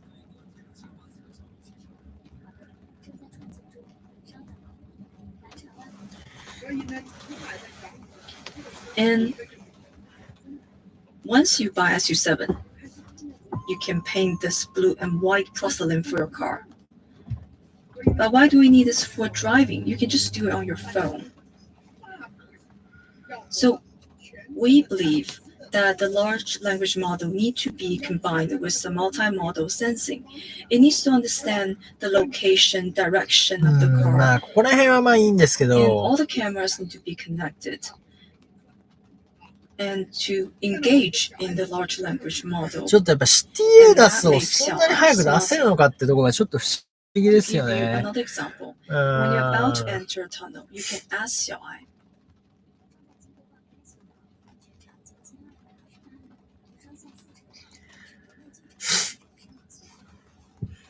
ここはちょっと気になるところだな。 when you're on a road trip, you can ask about what's the river's name you just drive past. 省流经湖北、安徽、江苏等省份，全长约1000公里。 And a more often asked question, 我来看看，是橄榄绿的小米苏七。さあ、 Right? ね。 that's how we combine the sensing capability and large language model. At the current stage, people are trying to use large language model for more use case to solve real problems. We have prepared a video to tell you Xiaoai's full capability. 这是你认识的小爱，现在来认识一个更懂你的小爱。你的这些细节只有他能懂。倒视镜往下10%，我注意力往左一点，座椅调到最后。停下，停下了。甚至跨界的想法，他也能心领神会。我的手机掉了。まあ、音声認識と生成 AI とってとこですよね。拿着家里的摄像头。小二同学，我在，我的手机复原了，完成了。搭载 AI 大模型的他，无はあ。所不知。有没有离轨迹忘记？あのバーコード認識は何なんだ？ 10家位置合适的川菜館。中国では一般的なのあれ。よくわかんないけど。前面的车是什么？何あれ？我来看看。甚至あれか。可以像人一い样わゆる、あれか。橄榄绿的なんか日本でいうペイペイみたいな感じか满足。你的所有そういうことか。ああ。前面山是什么山？金庸小说里哪些重要？这就是全新的小爱，更懂车的事，更懂设备的事，更懂你好奇的事。全新小爱大模型智能语音已登录小米苏7。所以这个小爱真的变得越来越聪明。 Xiaoai is getting smarter by the day. 更强大的智能生态， Our human car home ecosystem 上下左右 is very powerful. The central touchscreen is expandable 按键 in all 4 directions. う You ん。 can add a physical buttons センターコンソールに対してフィジカルボタンを、 and これは、つけたい人はつけれるんだ。 adjust AC for other499RMB で買えるそうですよ。 The knob in the middle それはいいかもしれない。 It also supports そういう、そっか、そういう作戦はいいな。 when you tap your phone. 物理ボタンをつけたい人はつけていいですよっていう。 Car Wi-Fi. そういう作戦か、面白い。いいじゃん。みんな満足するじゃん、それ You ね。 can also add テスラ嫌いな人も満足するよ、これで。 to show time, speed, and range. When you interact with Xiaoai, it responds with vivid emoticons. Very playful. 我们还有车载的无线充的手机支架， And we also have wireless charging phone holder, 跟智能 which is connected to the smart cabin. ワイヤレス If フ you ォン forget your phone in the No, car, it この will remind you. 何还有两个あれとかも全部あれなんですね。も You う can 売ってます also ね。 install シャオミーで。 ambient 那 light. 就可以随着音乐的节奏按你的 So it can なんかいろんなアクセサリーをもうなんかここで、あれなんですね。プレゼンテーションの中で、どんどん売りつけていく作戦っていうのも面白いですね。 Here you can pull it and to put all kinds of devices, the charging and also the magnet section. Here you can also have a smart walkie-talkie set, and you can charge the walkie-talkie, and it can be connected to the steering wheel, and you can just talk to the steering wheel. You do not need to talk to the walkie-talkie anymore. Also, it can charge 2 walkie-talkies. just in case. 而且这个充电座呢，还可以 For this charging space, you can also charge the flashlights we have mentioned before. And this is the function we have provided. We can also put the walkie-talkie here. Here we can also put the smart aroma diffuser set. We can have 3 perfume sticks, 5 different concentrations, and it costs 399 RMB. Also, you can put a outdoor Bluetooth speaker here. It has very good audio effect. アウトドア Bluetooth スピーカー。もうこういうのも全部もう値段もつけて売ってますよ。これ家電メーカー強すぎるだろ、マジで。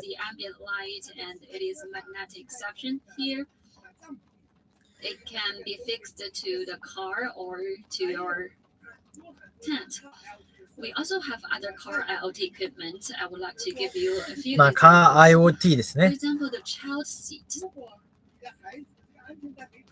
If the seatbelt is not fastened for the child seat, then there will be a reminder at the touch screen.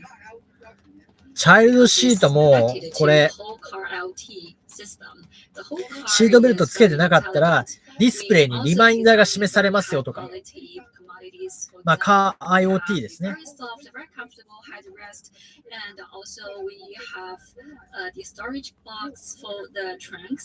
めっちゃアクセサリー売るじゃん。めっちゃアクセサリー売りつけんじゃん。なんなんマジで。こんなんなかなかねえぞ、こんなプレゼンテーション。すげえ、このアクセサリーの数。売りつけまくってるわ。ウケる。So ecosystem is a very good weapon for us. Last time I talked about a topic that Apple has given up car making, and I think it's okay because we support the Apple ecosystem and we can provide very good experience for the Apple users. So that is a very generous attitude from our company. We support the wireless CarPlay, we support the iPad. So we support iPad なんかにも対応させるわけですね。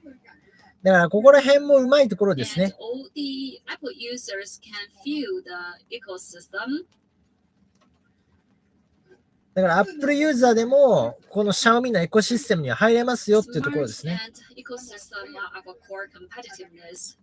I would like to play a video for you. 有变化吗？它可以让我多思考。ああ。花粉がやばい、花粉が。今天的智能除了让我放心，可以让我偶尔放个空吗？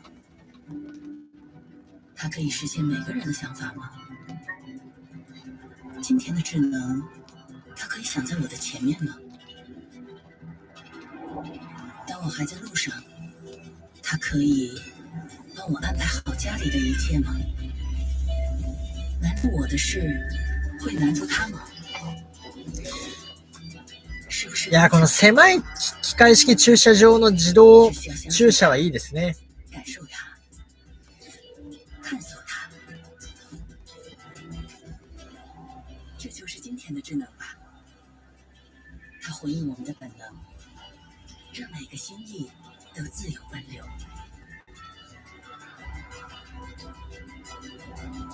人车合一，我心澎湃。小米Suv7搭载小米澎湃 OS， 构建人车家全生态。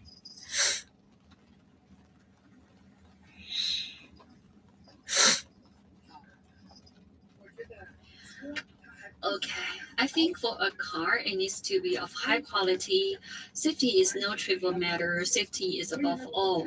So we have adopted the most strict standards to 衝突安全性ですね。パッシブセーフティーの話になりますね。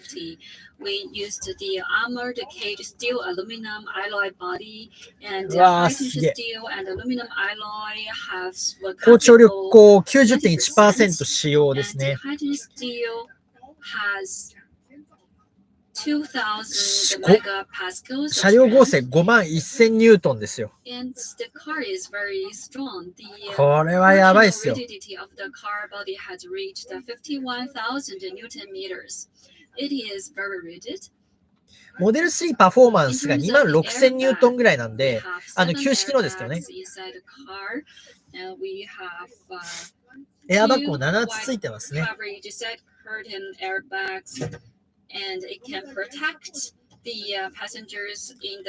モデル3パフォーマンスの車両合成の2倍ってどういうことだって話ですよね、マジで。And covered the major 3 test standards, and many of the tests of ours have exceeded the national standards. I will not go into the details. In terms of the active safety, we have the だからこれアクティブセーフティーみたいな話は、このその緊急ブレーキとか、もうこういうところはね、第三者のメディアがやりますからね。毎年毎年。だからそういうのを見ればわかりますからね。どの車が優秀なのかとか、そうじゃないのかとかね。夜間とか、雨とか、そういうシチュエーションでもやってますから、そういうの見た方がいい。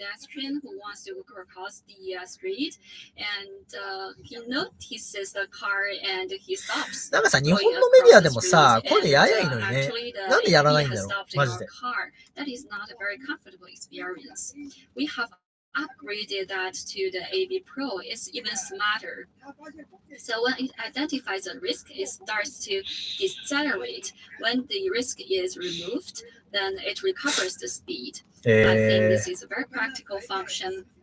ただ緊急停止するんじゃなくて、ある程度スピードを減速させて、衝突を普通に回避できる状況であれば、また加速していくっていうような、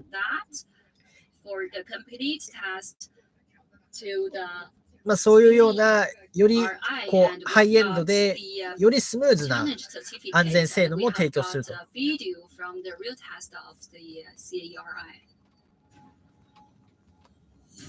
クラッシュテストかな？何やるんだろう？アクティブセーフティーの方か。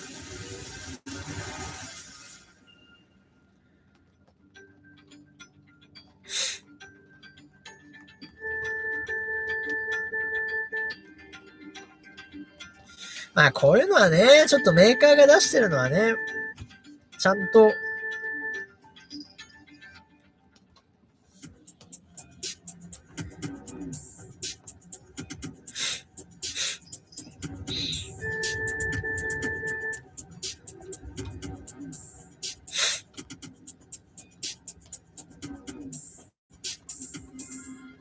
この SUS7 のミラーがね、結構印象的ですよね。あれがないっていう、縁がないっていうね。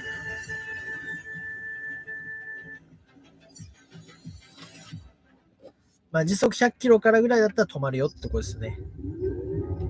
ここら辺はでもあれですよね、BYD とか、時速120ぐらいから止まってますからね。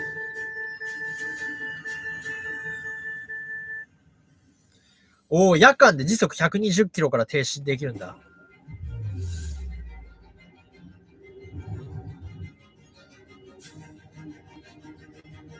これは結構いいんじゃない？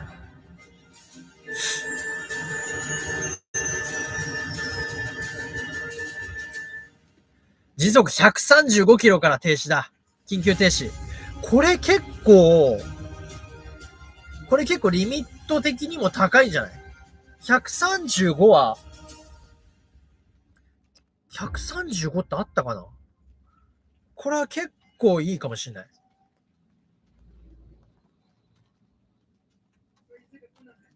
This is a very strong function. It can achieve the emergency brake under 135 kilometers per hour. We have invested a lot on this. あとバッテリーセーフティーとかですね。The battery safety, it is of high concern from the whole society. We have the highest standards of the industry, and we have achieved the comprehensive safety. We have the C2B integrated battery technology, and we have gone through 1050 tests, including crash, and burning. And the test received is 20 times of the national standards. We are very serious about each of the 20 tests. 倍以上安全だと。The 国家の安全基準のvehicle 20 is 倍以 a 上安全 big な smart mobile terminal. バ We ッ are テリーからの also 発火みたいなところはね、 very focused on 開 the 発してますよと。 privacy safety. For example, the privacy まあ、 isolation チーリンバッテリーなんかね、 between accounts 相 and 当 end-to-end 安全性高いっていうふうには、CATL もやってますし、まあ、BYD のブレードバッテリーなんかもね、LFP なんでかなり安全性は高い方ですよね。turn off the LiDAR and the cameras and other sensors. After they are turned off, there will be a reminder in the car. So such functions can meet the confidentiality needs. The car making is a very complex technique. We need to have long-term point of view. The long term では prepared to spend 15 to 20 years 15年から20年かけてなんとか世界のトップ5の自動車メーカーに入ろうと。シャオミハイパーファクトリー。Compared with the traditional 4 workshops, we have added the Xiaomi die casting workshop, battery workshop. We have achieved the independent production of the die casting9100 トンです。 battery pack. あとバッテリーパックのね、組み立てなんかもラインに含まれていると。Which can help us to shorten the R&D cycle for the new vehicle. We also have 2.5 kilometers of test track. For each of the 2.5 キロ分のテストトラックもあると。needs to go through all the tests before delivering to the user. When we come to full production capacity, we can finish assembly within 76 seconds. There are 3 characteristics of the factory. It's highly automated. 76秒に1台 The で steel 切るって言ってんの aluminum かな？ body frame, we have 269 welding machines to achieve 100%. まあ相当自動化されてるよって話ですよね。 And for the photos and 2 hoods, we have the 36 robots to achieve 0.5 millimeters of assembly precision. And for the medium and the larger parts, we have 94 robots, and we adopt the LiDAR navigation and solutions. That's like autonomous driving transport vehicles. We adopt 7-axis cooling robots and the with 70,000 RPM, it can make the paint coverage extremely fine and balanced. This produces a natural mirror-like flat and smooth finish. This is the industry leading. We have over 700 robots in the factory, achieving 100% of automation. Secondly, we can achieve automated testing, which is a double insurance for the quality. We use the UV light for the 100% automated testing for the exterior of the vehicle. まあ相当自動化を進めようって話ですけどね。だからここら辺はさ、ちょっとね、僕の専門外なんで、一体その、これがどれぐらいの自動化になってるのかってところはちょっと比較したいですよね。For the integrated die casting rear floor, we use the X-ray to take 28 X-rays to detect internal defects not visible to the human eye. The accuracy rate is as high as 99.9%, and the efficiency is improved by 20 times. ダイキャストで作ったものに関しても、99.9% 以上自動化されて、ちゃんとできているかどうかを検出すると。16.4 million kilowatt hours of electricity each year. We also strictly limit the emission of wastewater and exhaust gas, and the wastewater treatment efficiency is up to 99%, and we have achieved zero discharge of heavy metals in the wastewater. And in terms of the raw materials, we can use 30% of the recycled aluminum for the tightest metal. We effectively saved energy by recycling the aluminum. We are technology driven to maintain high performance, high quality, green and sustainable to accelerate the production of new quality productive forces. Let's watch a video. そう、だからあとはこのプロダクションキャパシティですよね。ここら辺が、ね、いくら注文獲得してもさ、どんどん新型出ちゃうんで、やっぱりここはもうね、今、だから BYD ですらちょっと苦労してますからね、今ね、もうね。小米超级大压铸集群，430个工艺参数，100%工艺自动化运行，一瞬之间驱动工业巨兽，超700个机器人，实现关键工艺100%自动化，秩序之中造就极致效率。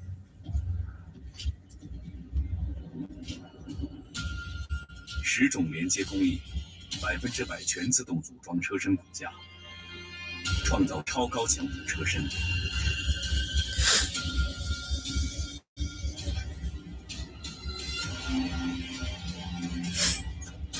精细装配，精准上件，精确运输。まあでも、ここら辺はさ、メルセデスとかもさ、相当自動化とかさ、ね、そういう取り組みとかやったりしますからね。だからどれだけ進んでるのかがちょっとね。AI 自動分析 X 光片，层层把控。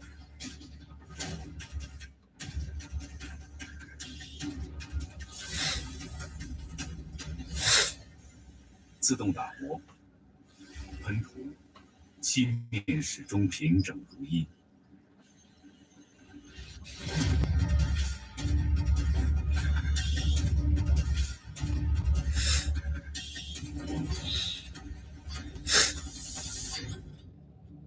76秒间自动下线，心无所限的可能由此展开。在这里，你看到的是一辆车，一个承诺的开始，也是智能制造的新开始。现在，我们与你一起。まあ、ただ、でも今のところ、新たに発表されてる内容ってのはあまりないのかなっていう印象ですよね。だから、年末の EV テクノロジーの発表会である程度説明はされちゃってますよね。再一次一往无前。でもすごい SU7 めっちゃ生産されてるもん、もう。だからもうすぐローンチですね、もうね。Welcome all of you to visit our hyper factory. Okay?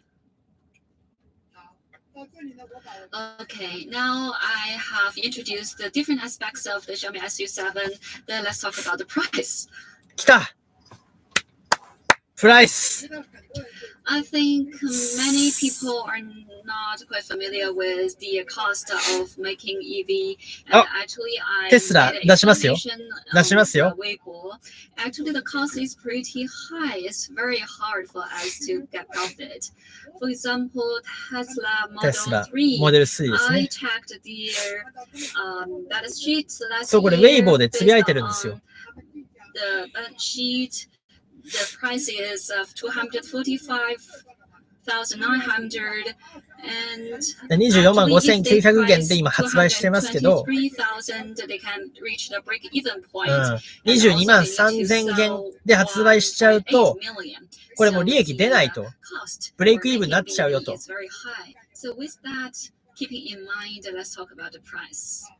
からそこを踏まえた上でプライスを見てくださいと。Let's see the base model first. ベースモデル。The base model is not base model without option. It's no compromise base model. The base model has very strong configuration and it's even the top configuration in many other models. It has long range and the autopilot function. オートパイロットもついてる。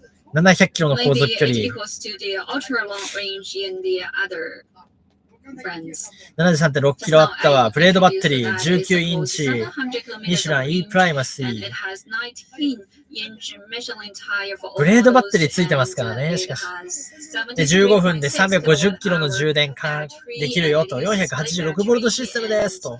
Also, it uses over 400 watts 0-105.28 秒、最高速度210キロワット、最高時速220キロワットです。 the maximum speed is 200. だからこれも全然モデル3のエントリーよりも高いですよと。ダイキャストもついてるし。 Pretty good. It is based on the hypermotor of Xiaomi and also the integrated die-casting rear floor, the double wishbone suspension, and the 5-link suspension. サスペンション、5リンクサスペンション、リアですね。This is a very strong configuration. Recently, a professional checked our chassis and said that the material is very solid. And then he said that it smells like money. So after you check this vehicle, maybe you will have a different. シャオミパイロットプロもついてますね。 I've introduced the autopilot as well. It's Autopilot Pro, and we have the Orin platform and the 11 watts of the camera. Also, it has the extra functions which worth of 18,000 RMB. And maybe you're not quite familiar with that. We need to さあ、値段の時間ですよ。どうなる？ So it also どう costs 予 a 想します lot. 皆さんは。 And together with the R&D team and maintenance team, so it means a whole lifetime of the costs. 25980かな。 Also, we have the hypersmart cabin. もう全部ついてますよ。もうやることもやってる。 Configuration of コンフィギュレーションも。 Also, I want to re-emphasize that it's good looking. It is soundproof. Remember soundproof, okay? At the beginning of the design, we target ourselves at Model 3. モデル3との比較かな？ Because we know that Tesla is a role model for the all EVs in the world. So let's do a comparison between us. モデル3との比較ですね。 Maybe you can see that in each factor. ホイールベースも全然長いし、パワーも全然上。 Maybe some of you may say that maybe it's not very comprehensive. Now we have a comprehensive comparison of all configurations. I even used micro glasses. モデル3が唯一使ってるのは、消費電力量がちょっと上、やっぱり優秀だよねと。航続距離短いですからね。 Configurations that we do, they do well. First is the battery consumption. あった、あれか、自動運転のトップスか、これ。 The percentage 720トップスってそんなにあんの？ percentage to the battery. Of course, they 嘘？ are leading the industry, but maybe we will need 3 to 5 years to catch up with them. But in short term, ハードウェア we're not 4.0 の catching up 話して with る？ them yet. But we have high tech. We have a large ちょ battery. っとこれわかんない。 But another fact is objectively that we are sedan level car, so we are bigger in size. あ、ハードウェア 4.0 だ。だから720トップスになってる。 I believe that apart from Tesla, Xiaomi is also leading in Chinese market. And in terms of the battery, we are also leading of the voltage. Another part is in the autopilot. Of course, they are leading the world in autopilot. And their computer power is around 700T. Of course, it is also leading in terms of the computing power. So, in conclusion, I'd like to say that they are strong, but they don't focus too much on the Chinese market. そうだね。でも、 the ハイウェイ functions we mentioned, if NOP をつけると、 US, テスラっ it て is the best. 高くなりますからね。ソフトウェアは。自動運転の。 But if でそこら辺全部ついてますと。 using China, you have to pay 32,000 32,000もかかりますから、ここないですよと。And even if you pay the 64,000 結構強調しますよ。 it's still definitely not as good as U7. 結構強調しますよ。 So here what I want to stress is that now you need to provide not only configuration but also driver experience. That's what we have been doing in the past few いや、 years. ちょっとここはちょっと To focus on 相 the 当強調してますね。 experience of the driving. I know that the computing power is very important, but it doesn't equal to experience. Here I can say that the autopilot experience is definitely not bad or not so bad as そう、だからテスラの弱点っていうのは、やっぱりソフトウェアの、自動手のソフトウェアちょっと高すぎますよね。 I think we have enough good material in the configuration. If we set the same price as a Model 3, you will choose SU7. Do you agree? 同じ値段を払うんだったら S。 21,500. きた115,000. 215,900円きた。やばい。嘘だろ。やりすぎだよ。We are actually losing money. 笑ってる。 I want you to understand that it is a very high D price. シャンとか笑ってますよ。 So I count on your support.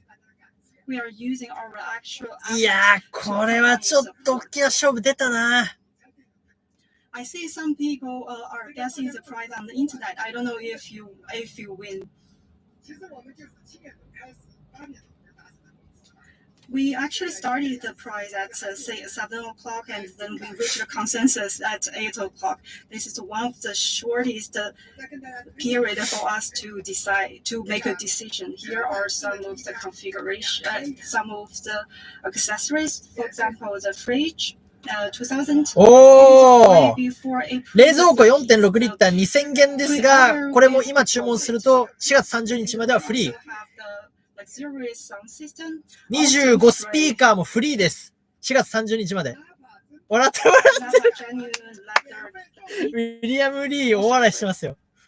ナッパレザーも無料。4月30日まで。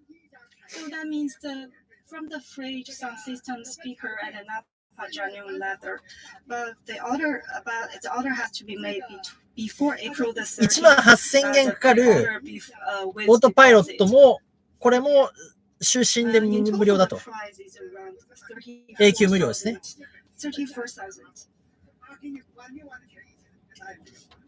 4月30日までですね。I want to set the price all at a reasonable price, and we want to be considered as a very reasonable. Now I'd like to talk about Pro. 次プロですね。Heard of this model before? あ、ちょっとこれやばいね。 Also rare drive and これリアドライブだけど航続距離長いんだ。830キロ。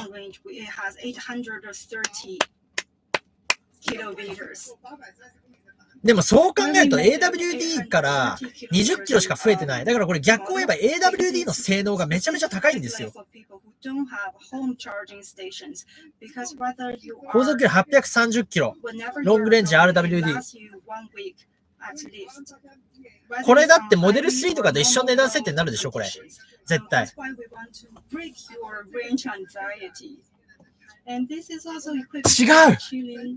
違うわ。これシェンシーバッテリーだ。シェンシーバッテリー 94.3 キロワットアワー。だから航続距離短いんだ。これはやばい。シェンシーバッテリー 94.3 キロワットアワーの830キロ航続距離。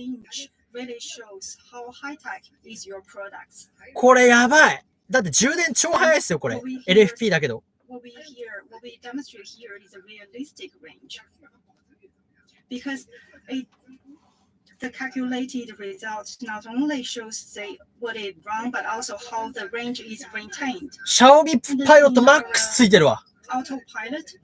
マックス終身無料っすよ。We have the 11 volt lidar やばいやばいやばいやばいやばい。これ値段いくらなんのこれ。 for your lifetime. As for an OA, I have introduced 待ってこれさ、 will officially start in これ待っ August. て。いつ値段これやばいぞ。 So if we これ compare the base 落ち着け落ち着け。508トップス、ライダーついてる。 215, so based on the 215,900, シティエダーついてる。 100, いや、シェンシーバッテリーはやばい。で、これ充電性能超高いんじゃないのこれ。そこら辺の話聞きたいな。 So in total, the price is around 66,000 difference in R&B. The difference is in battery, lidar, computing power, as well as urban NOA, the fee for the urban NOA. So what price shall we set it to? 24.59 Yes, き got た it. 24万5900円。これ完全にモデル3に当ててきてる。 If we モデル compare 3 the RWD です。 price before model 全く一緒にしてる。全く一緒にしてる。24万5900円。ここまでさ、ここまでする？ Speak louder. Just these are not enough. We also 007に乗ってるバッテリーはゴールデンバッテリーだから。 That is a free 全部フリーだ。 genuine leather chair. 冷蔵庫も25スピーカーもナッパレーザーも全部フリー。 There's also one really, interesting, 出た！ accessory that is active リアスポイラー。 Usually the price アクティブリアスポイラー無料。 but also we're throwing it for free. So we believe that Pro will be very いやー、シャオミパイロットマックスこれ無料ですよ。シティエダス無料ですよ、これ。 If we compare, if we put out the accessory to prices around the 48,000 RMB, and all the bonuses are and the gifts are also before April. いや、これやばい。 they これはちょっと、やばい、声が裏返る。 Now let's come to Max. これは、ちょっと、やばい。 Max is not just an add-on. ちょっと注文台数やばいよ、これ、多分。 Different car. 1万2万台の世界じゃなくなる、これは。 Configuration are the top. When we define Max, 生産大丈夫よ、これ。 we actually benchmark 機械ロスするぞ。 against Porsche. やりすぎだ So よ。 it's a completely で、 different. 最後これ、マックスだ。 We call it performance beast. シャオミSuvマックス。 It's equipped with a high performance four-wheel drive, ultra long range. いや、これ007とかボコボコにされるぞ、これ。 It has 673 horsepower, so it's a performance. 0-102.78 秒、最高速265キロ、シーリンバッテリー101キロワットアワー、871ボルトシステム、航続距離800キロ。 It has the best performance. And it has 800シーリンバッテリーですね。 kilometer range and 871 ultra high. だってさ、100キロワットアワーのチーリンをさ、 Actually, そんな change 30万 the 円未満でさ、 tires 提供できるのって1年前だったらそんな話なかったんですよ。 意味がわからない、中国市場、本当に。 I know that some of the お前たちやりすぎだよ、マジで。 they like this そんな、やりすぎだよ、マジ they で。 like this ふざけんなよ。 tire. If you want to change でもさ、これ the タイヤ僕やっぱ20インチが好きだな。21はちょっとかっこよすぎる。20インチがなんかSU7 の可愛い顔になんか可愛いホイールで僕は好きなんですけどね。 And you can even go for the 21-inch sporty hub P0 tire. We know that many of the car enthusiasts they got really 810キロですね。 excited about P0. スコーピオンですよね。 So apart from the standard あ、違う configuration, か、E you プライ have マシーか。 choose these three different tires and the hubs wheel. Now let's check out the driver's configuration. ブーストモードもついて、ヘッドアップディスプレイもついて、 HUD as well as a active side bolster seat, as well as CDC. あ、そっか。あれもつくんだ。 Four piston calipers, active rear spoiler, electric suction. エアサスもつくんですね。で、リアサスもついて、あ、リアサスじゃなくてリアスポイラーもついて、パイロットマックスもついて、体感もだってこれだって、体感ターボと同じですよ。そうか、体感ターボはあれですよね。モデルチェンジしたんで、ちょっと速くなってますもんね。maybe with the old model of the Taycan, I think we beat it in all performances. But for the new ones, we have different Taycan Turbo. advantages. そうだね。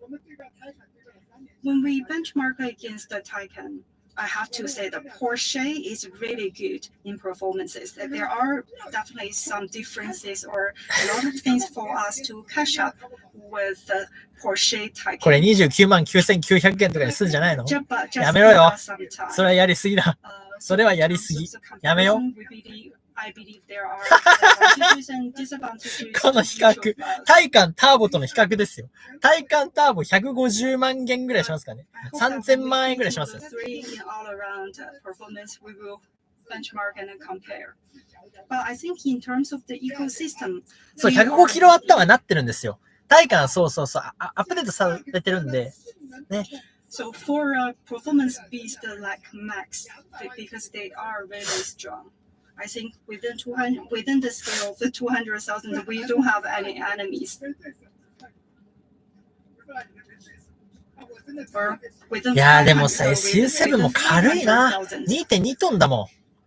タイカンターボより全然 I believe that 2090 だも only ん when な。 you start to drive it, you know how good it is. いやー来 So た let's review the price. !299,900 来ましたね。当てました。 I think it really shows our sincerity. これモデル3パフォーマンス終わるな。これ。全く無理だ。お話にならん。これもう発表前に終わったね、これ。終わったじゃん。これは無理だ。話になる。モデル3終了。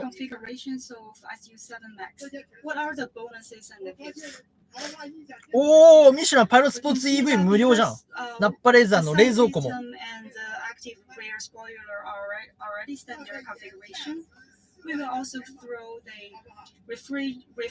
そう、この20インチのタイヤ好き。もう中国移住だこれ。嫌だけど。さすがに中国には住みたくないけど。ふざけんなよ。でもさ、これさ、ファウンダーエディションがあるんですよ。これ。まだこれ、ファウンダーエディション言ってないんだよね。ちょっとここがすごい気になる。ファウンダーエディションはあるはずだぞ、絶対。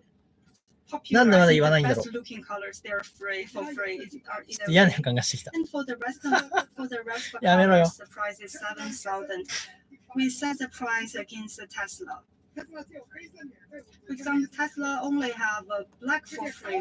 いやー、これちょっと、これはちょっと第3次 EV 値下げ戦争だ、これ。これ BYD のオーナーエディションもやべえけど、これもちょっとやばいぞ。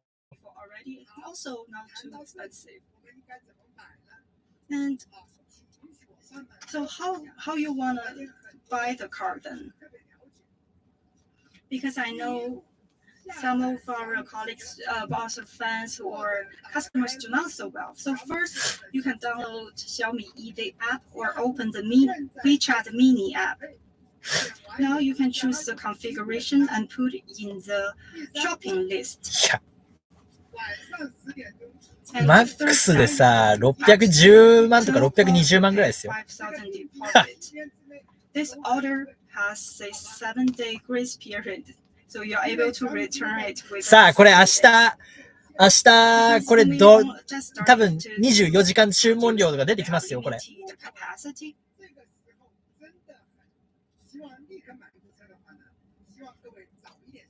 信じられない。鳥肌立ってるもん。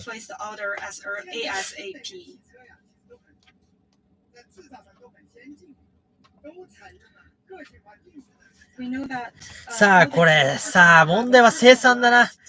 これちょっと本当に。生産地獄とか言うなよ。頑張れよ、ほんと。ここほんと頑張んなきゃやばいって。And second step, we'll contact the customer to arrange a Tesla drive. And when it's confirmed, we receive the いや、 order. これやられたらちょっともう無理だろ。 We send it back to シャオ the ミーが factory, こ and the こ factory will やられたら send ちょっと the も suppliers and component suppliers. Then theう、ちょっと Z カーとかさ、007とかさ、あと IM の L6 もありますけど、これ吹っ飛ぶよね、本当に。 And then we sending it back to the delivery center. And then the delivery center will deliver it to you. In total, いや、吹っ飛ぶわ。全然ダメだ。もうマジで。勝負にならん。 So if you still have to wait in queue for any of the steps, it might take even longer.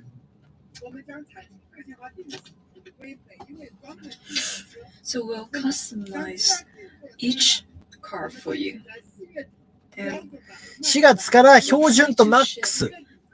で、プロは 5月からですね。 standard model and also いや、 max こんなのだってさ、もうマックス買えばいいじゃん、こんなの。 and こんなの。 by the end of こんなの。マックスしか方法ねえだろ、 I こんなの。 believe this shipping みんなマックスだよ、こんなの。 is actually これで、これあれなのかな、ファウンドエディションないのかな、言われてたのに。 I'm quite あら。 satisfied with this timing. And our sales networks will first cover セールスネットワーク。 we have もうすでに29都市にはできてるわけですね。 17 exhibition halls, and by the end of the year, we'll cover 39 cities with 211 stores. 今年までに39都 In 市 the。next 2 years, we'll cover more cities. で、 Because we have more than 10,000その Xiaomi 次の stores 年までに56都市 across country.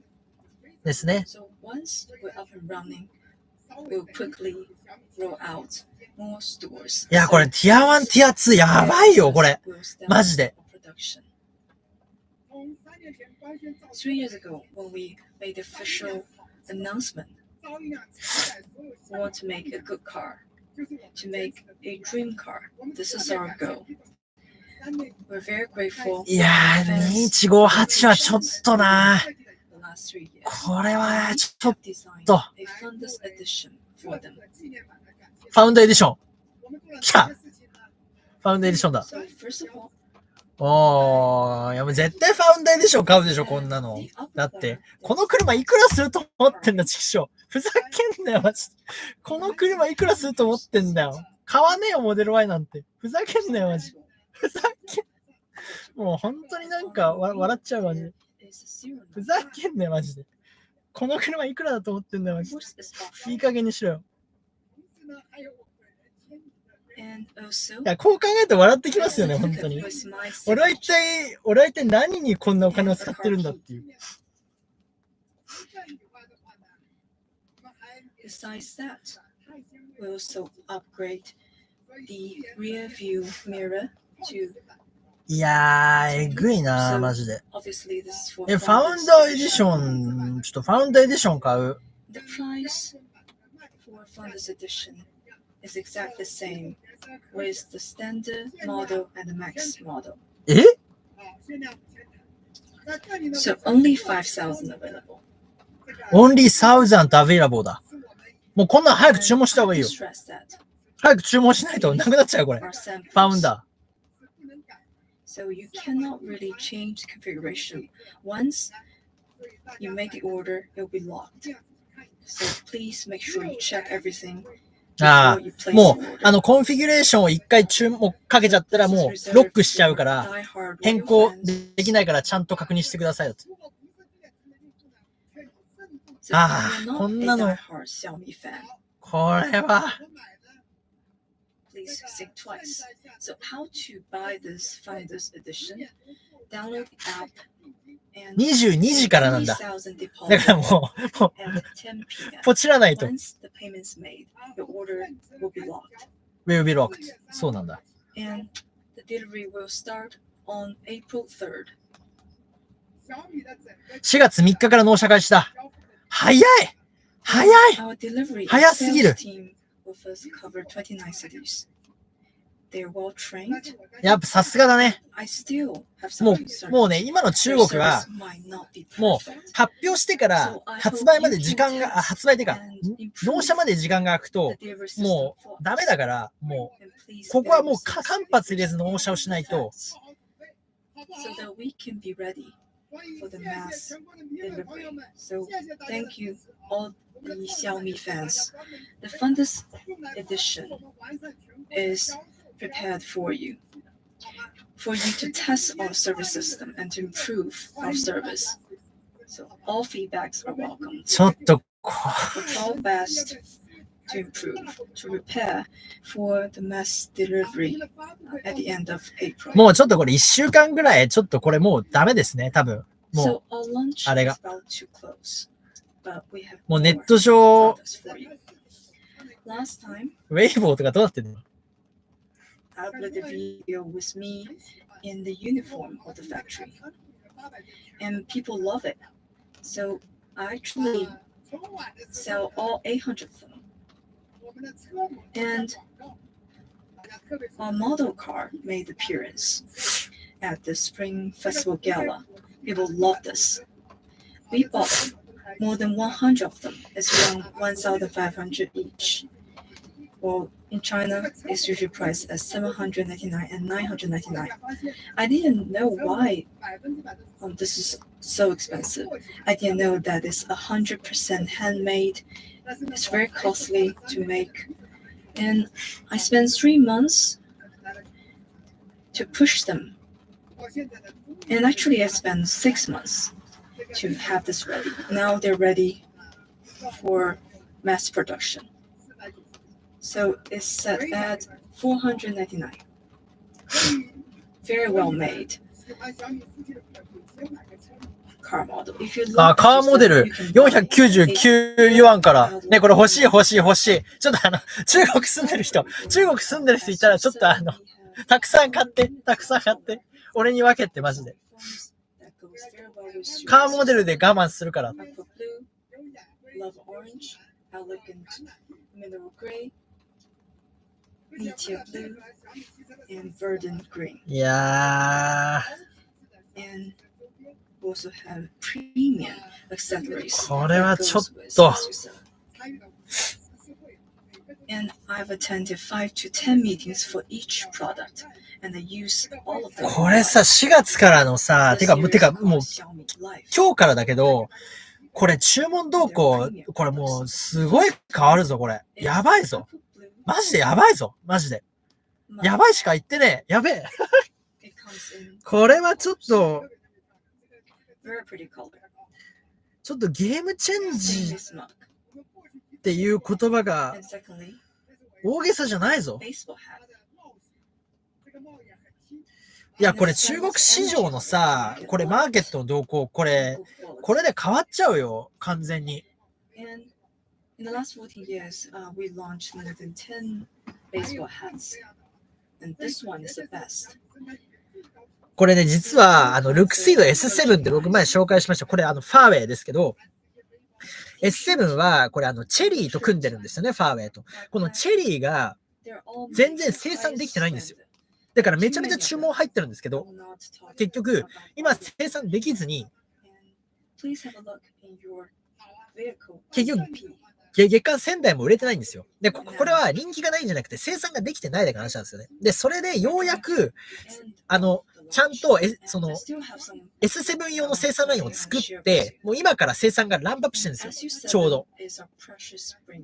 で、これを4月の8日に、もう一回リローンチっつって、もう年末でか11月末かにローンチしたんだけど、もう一回ローンチし直すんですよ。だからマーケティング戦略的な意味合いですけど、これね、ちょっと、これファーウェイのこれは相当考えないとやばいかもしれない。ルクシード S7 とかもやばいでしょ、これ。So any drawback, any shortage will be under magnified glasses.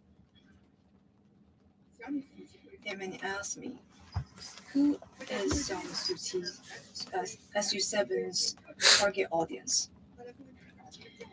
Because SUV is really the hottest product right now. So what is the sedan made for? Who is it made for? Looking back at 3 years ago, why I choose to make this car? なんで SUV じゃなくてセダンを作ったのかってことですね。For Model 3 users. When you put them together, why don't you choose SU7? And I think they deserve to experience the latest smart technology. Discerning elite of our time. Once they take care of their family, shouldn't they deserve a car for themselves as a reward? So I think they are the target audience for SU7. They're tasteful, they're discerning, they don't want to settle, they're still fighting for their dream. They long for a more advanced まあ high-tech SUV もね、多分ミニバンとかもどんどんここから出してくると思いますからね。年末あたり SUV 出すんじゃないかな。発表だけ。で、実際の発売はまあ来年の今頃か。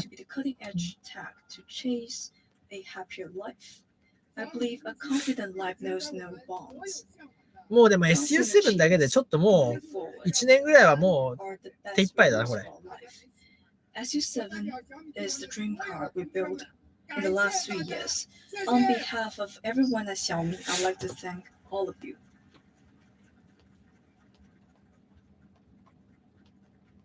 終わった。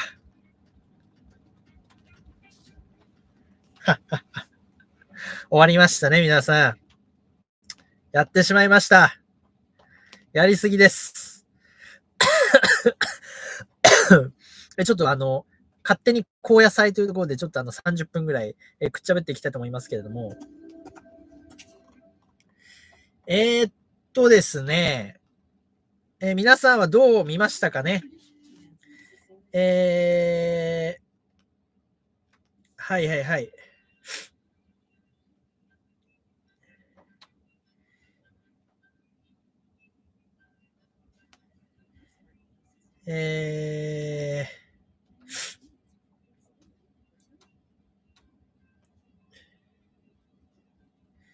ソニーがこれを超えられるのが楽しみと。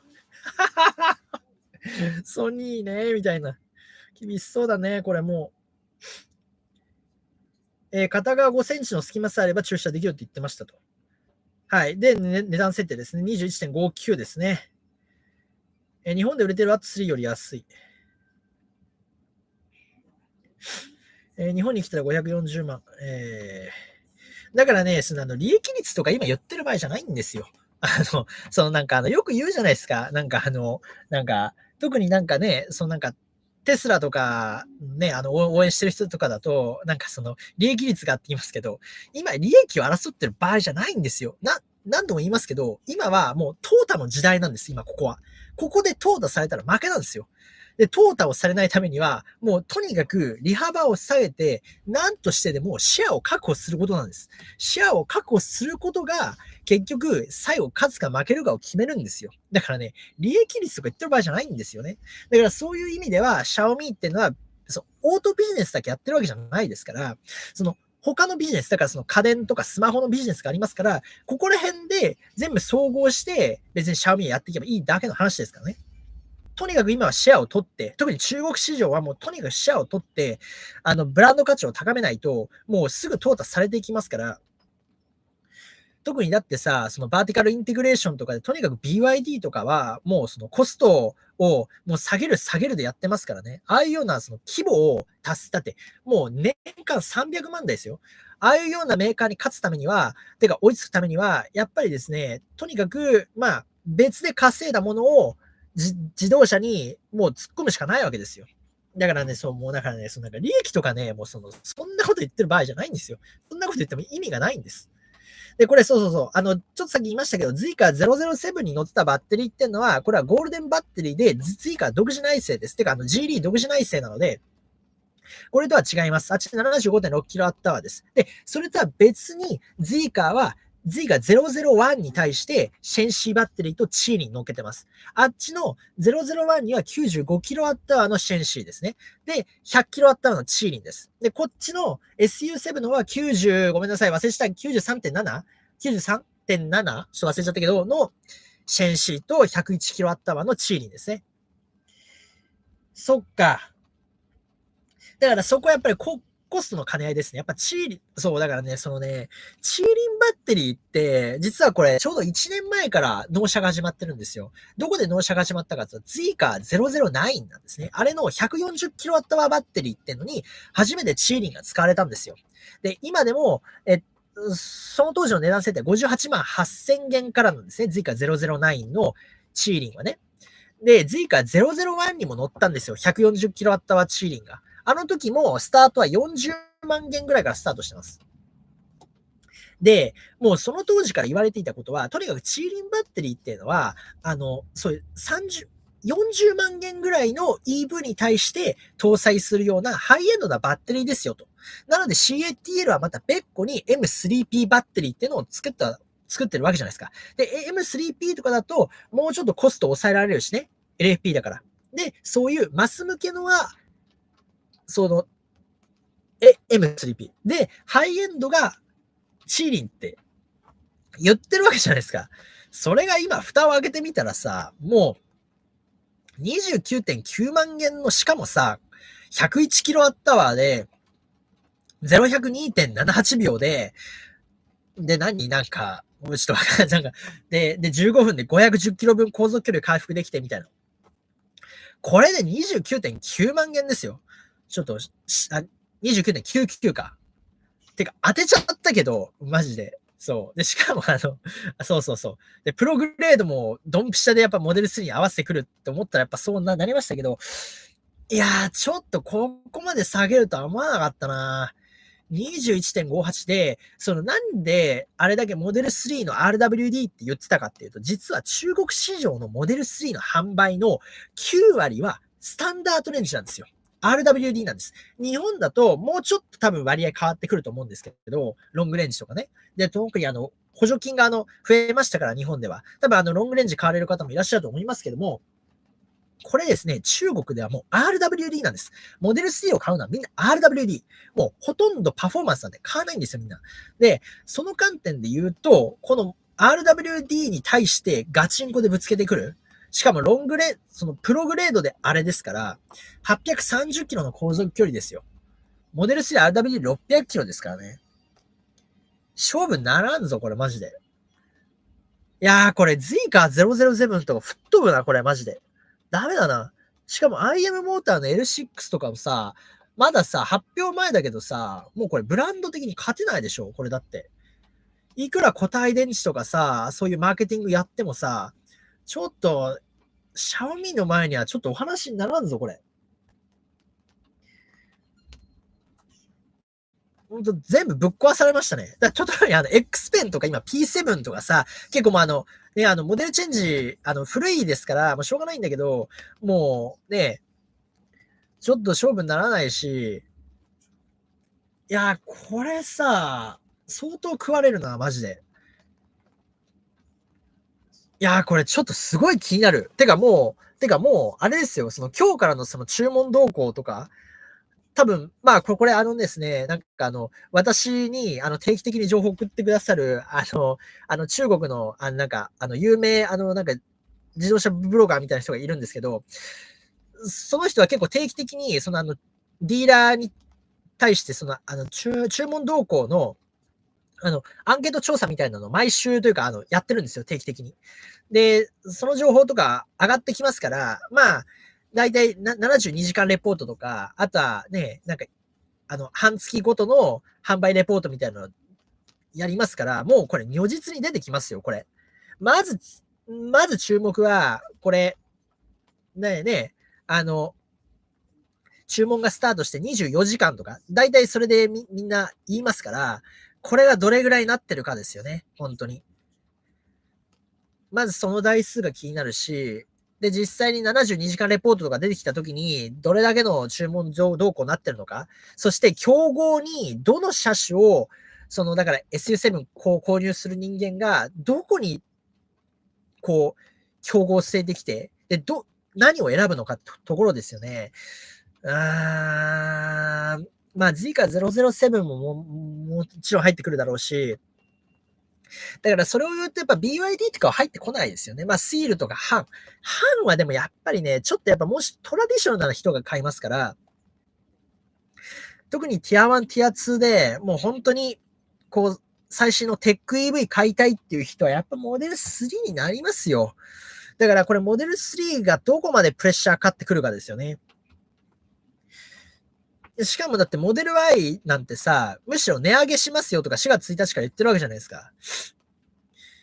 これはちょっとハイランドが吹っ飛ぶな、マジで。てかもう、さっきも言いましたけど、モデル3のハイランドのパフォーマンス、もう発売前から吹っ飛んだろ、これ。だって。まあそもそも中国では売れないので、まあぶっちゃけ、まあ欧州とか、まあ買ってくれる人たちはいるじゃないですか。まあだからそういう人に別に売ればいいと思うんですけど、ちょっと中国では、で、これ何度も言いますけども、これ大前提としてね、これモデル3の比較皆さんしてますけど、サイズで言ったら、てかパフォーマンスで見たら、これ、モデル S と比較するべき車ですからね、これ、シャオミ SU7 って。で、モデル S って中国だと大体1400万円ぐらいから売ってますから、ねえ、ちょっとさ、だから中国でモデル S とか X ってまるで売れてないんですよ。やっぱそれは、やっぱりこういうことですよ。だからこれだけ高性能な EV を、これだけ良品廉価で買えますから、まあ中国でモデル S とか X とかもう買わないんですよね。で、やっぱりそれが本当にモデル3と Y でも怒らないのかって言われたら、やっぱり僕はね、そうとは思わない。やっぱり、良品廉価でブランド価値があってっていうものが出てきたときに、やっぱりモデル 3Y って結局ハードなアップデートがない。で、しかも、シティエイダスもいつまで経っても来ない。やっぱりそういうところになるとですね、果たして本当にこれモデル3、まあ今回で言ったらモデル3になりますが、本当にこれまで通り選ばれるかって言われると、どうなのと話になってくるし、いよいよそれが起こると、ね、上海工場の稼働率とか、これ結構大きな影響を与えますよ。で、これ当然ですけど、やっぱ工場の稼働率が下がるだけでもうすごいキャッシュ流出してきますからね。いやー、これはちょっと、すごいですよ、これは。ちょっと待ってね。そう。はい。シャオミンのチャット欄にハングルは結構多くて、日本語全くないのがいろいろ物語ってるなと、EV も AI 半導体関連も韓国人の方が圧倒的に感度高いと。青木猛女 SU7 素敵と、預言者30万円切りと、ウィッシュフルシンキングと、Zika007 また値下げするしかないのかと。値下げはしてませんね。Zika007 はまだ値下げはしていません。中国市場のことだから3ヶ月後にもっとエグいのが出そうと。それはないと思います。2023年末からですね、怒涛の新型 EV 投入ラッシュがありました。これですね、結局今の SU7 で一つ区切りはするんです。ここから出てくるのは、ちょっとまたね、期間が空きます。で、相当注目なのって言われると、いやー、ちょっと先になりますよ。だからデンザとか、BYD ここからぐっと新車構成かけてきますけども、BYD はまたちょっとセグメントが変わりますから、そういう意味で言うと、やっぱりまずいのは BYD とかではなくて、まあ、テスラ、で、あとは新興 EV メーカーですよね、中華系の。だから特にそれで言えば、例えば、まあなぁ、X ペンなんかガチンコ引っかかっちゃうし、IM モーターも Z カーも引っかかるし、だからまあ、ニオなんかも ET5 はもちろんやっぱ引っかかってきますからね、この辺。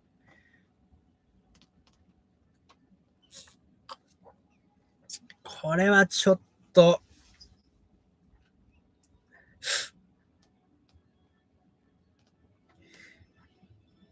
ねえ、21.59 だ。さすがシャオミーと。いやーでもなー、いやー、ちょっとここまで下げるとは思わなかったな。もうちょっとやっぱり、だからね、難しいところだと思いますよ。レイジュンとしても、あまりに値段を下げすぎると、やはりですね、こうブランド価値毀損することになりますから、で、最初からこれだけハイエンドなモデル出してるのに、やっぱり、安く売っちゃうと、ね、っていうところがありますから、これは本当難しいところだったと思いますけども、いやー、これは攻めたな。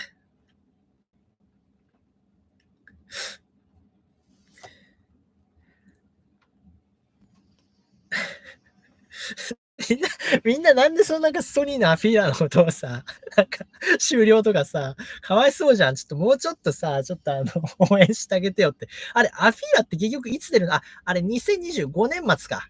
で、2026年の前半 Q1 かな？違うか。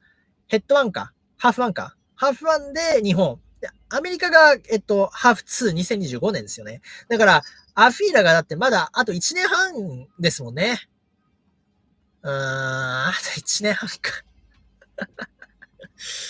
18ヶ月あったらさ、中国メーカーとか1社作っちゃうじゃないですか、EV。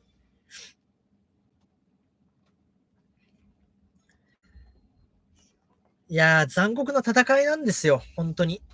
だからね、今もね、リー・シャンとか、ウィリアム・リーとか、ヒー・シャオペンとか来てましたけど、まあ、笑ってますけど、全然もう笑えないですよ、これ、本当に。うん。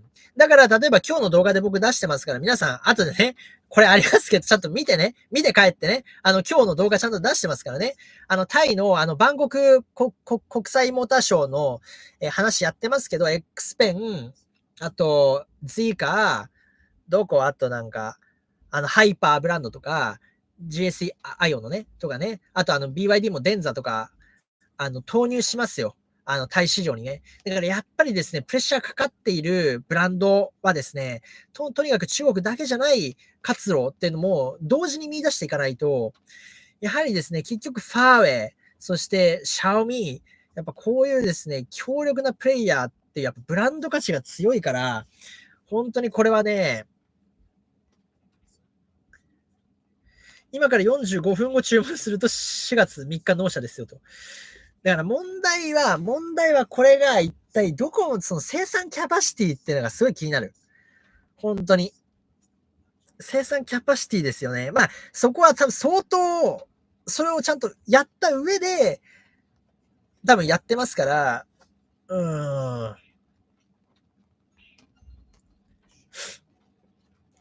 そうなんですよ。そう。レイジュンっていうのは、そうなんです。普通の人じゃないんですよ。あの人めちゃめちゃ有名人なんですよ。そう。その中国だとね。そう。すごい、カリスマな人間なんですよ。だから、この人が、本当に、自分の最後の、フロンティアだっつって、自分の最後の、スタートアップ的に頑張るっていうのは、この EV なんですよ。もう、最後に頑張るって言ってるんですよ。だから、本当に本気なんですよ。だからやっぱりね、これは本当に、で、この人ね、SNS でのすごい情報発信するし、すごい影響力あるんですよ。だからね、やっぱこれを相まって、本当に、いや、注文台数何が起きるこれ、本当ちょっとここら辺はちょっとちょっと情報収集をしたいと思いますね。はい。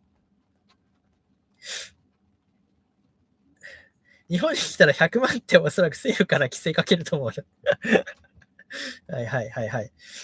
価格的に SU7 プロ版イコールテスラモデル3と、総合性の SU7 プロ圧倒的ですねと。まあ、少なくとも中国市場ではテスラ完全負けだねと。はい。SU7 の日本円換算を書いてくれてますね。452万からですね。プロで515万と、SU7 マックスで628万と。はい、そしてこのモデル Y800 万です。やばすぎる。2年前に戻りたい。いや、2年前じゃない。1年半前に戻りたい。はい。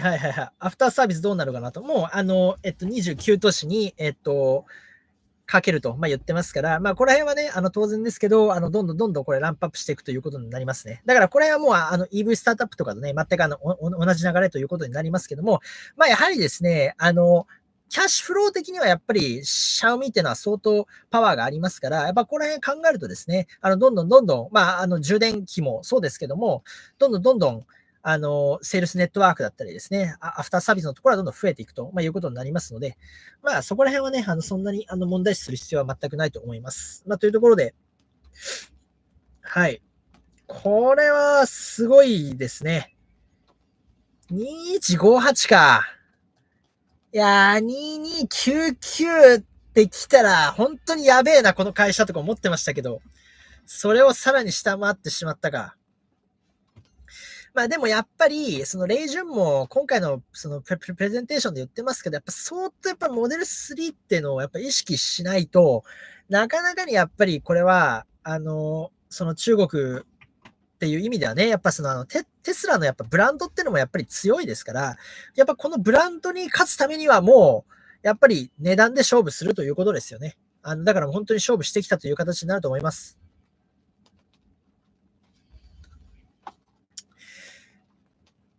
はい。ちょうどライブが終わりましたね。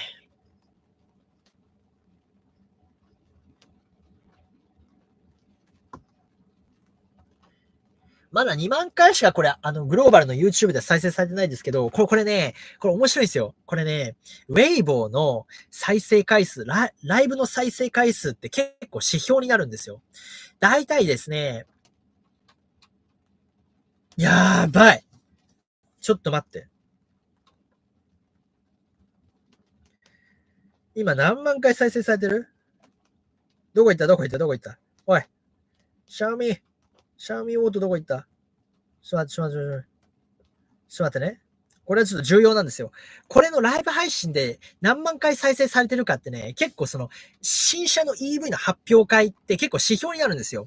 だから直近だと結構ね、Zika 007とかいい再生回数いってたりとかしてるんですよね。まあ、ルクセイド S7 とかもかなりでしたけど、ちょっと待って、どこ行った？ちょっと待ってよ。レイジュンから行きゃいいのか？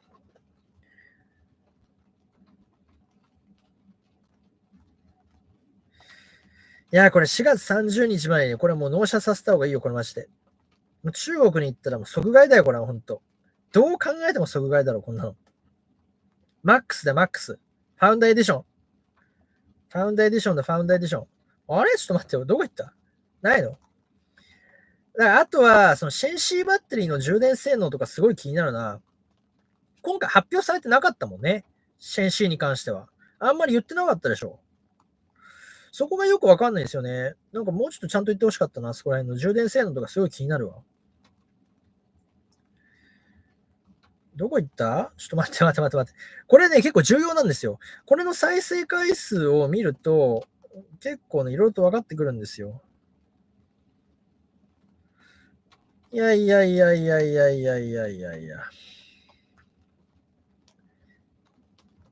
もうやれることはやりましたね。もうだからあとはもうこれで売れなきゃ無理ですよ。うん。売れるけど。いや、だからね、ほんとすごいよね。もうどのメーカーもさ、もうやれることやってるから、もう、ここまでやってダメだったらもう無理だよ。本当に。というぐらいやることはやってます。4000万回か。4000万回か。4000万回か。もう4000万回再生されてますね。ローンチイベント。まあ、多い方だとは思いますね。はあ。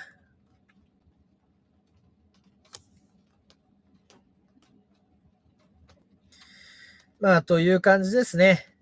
はい。皆さんどうでしたか？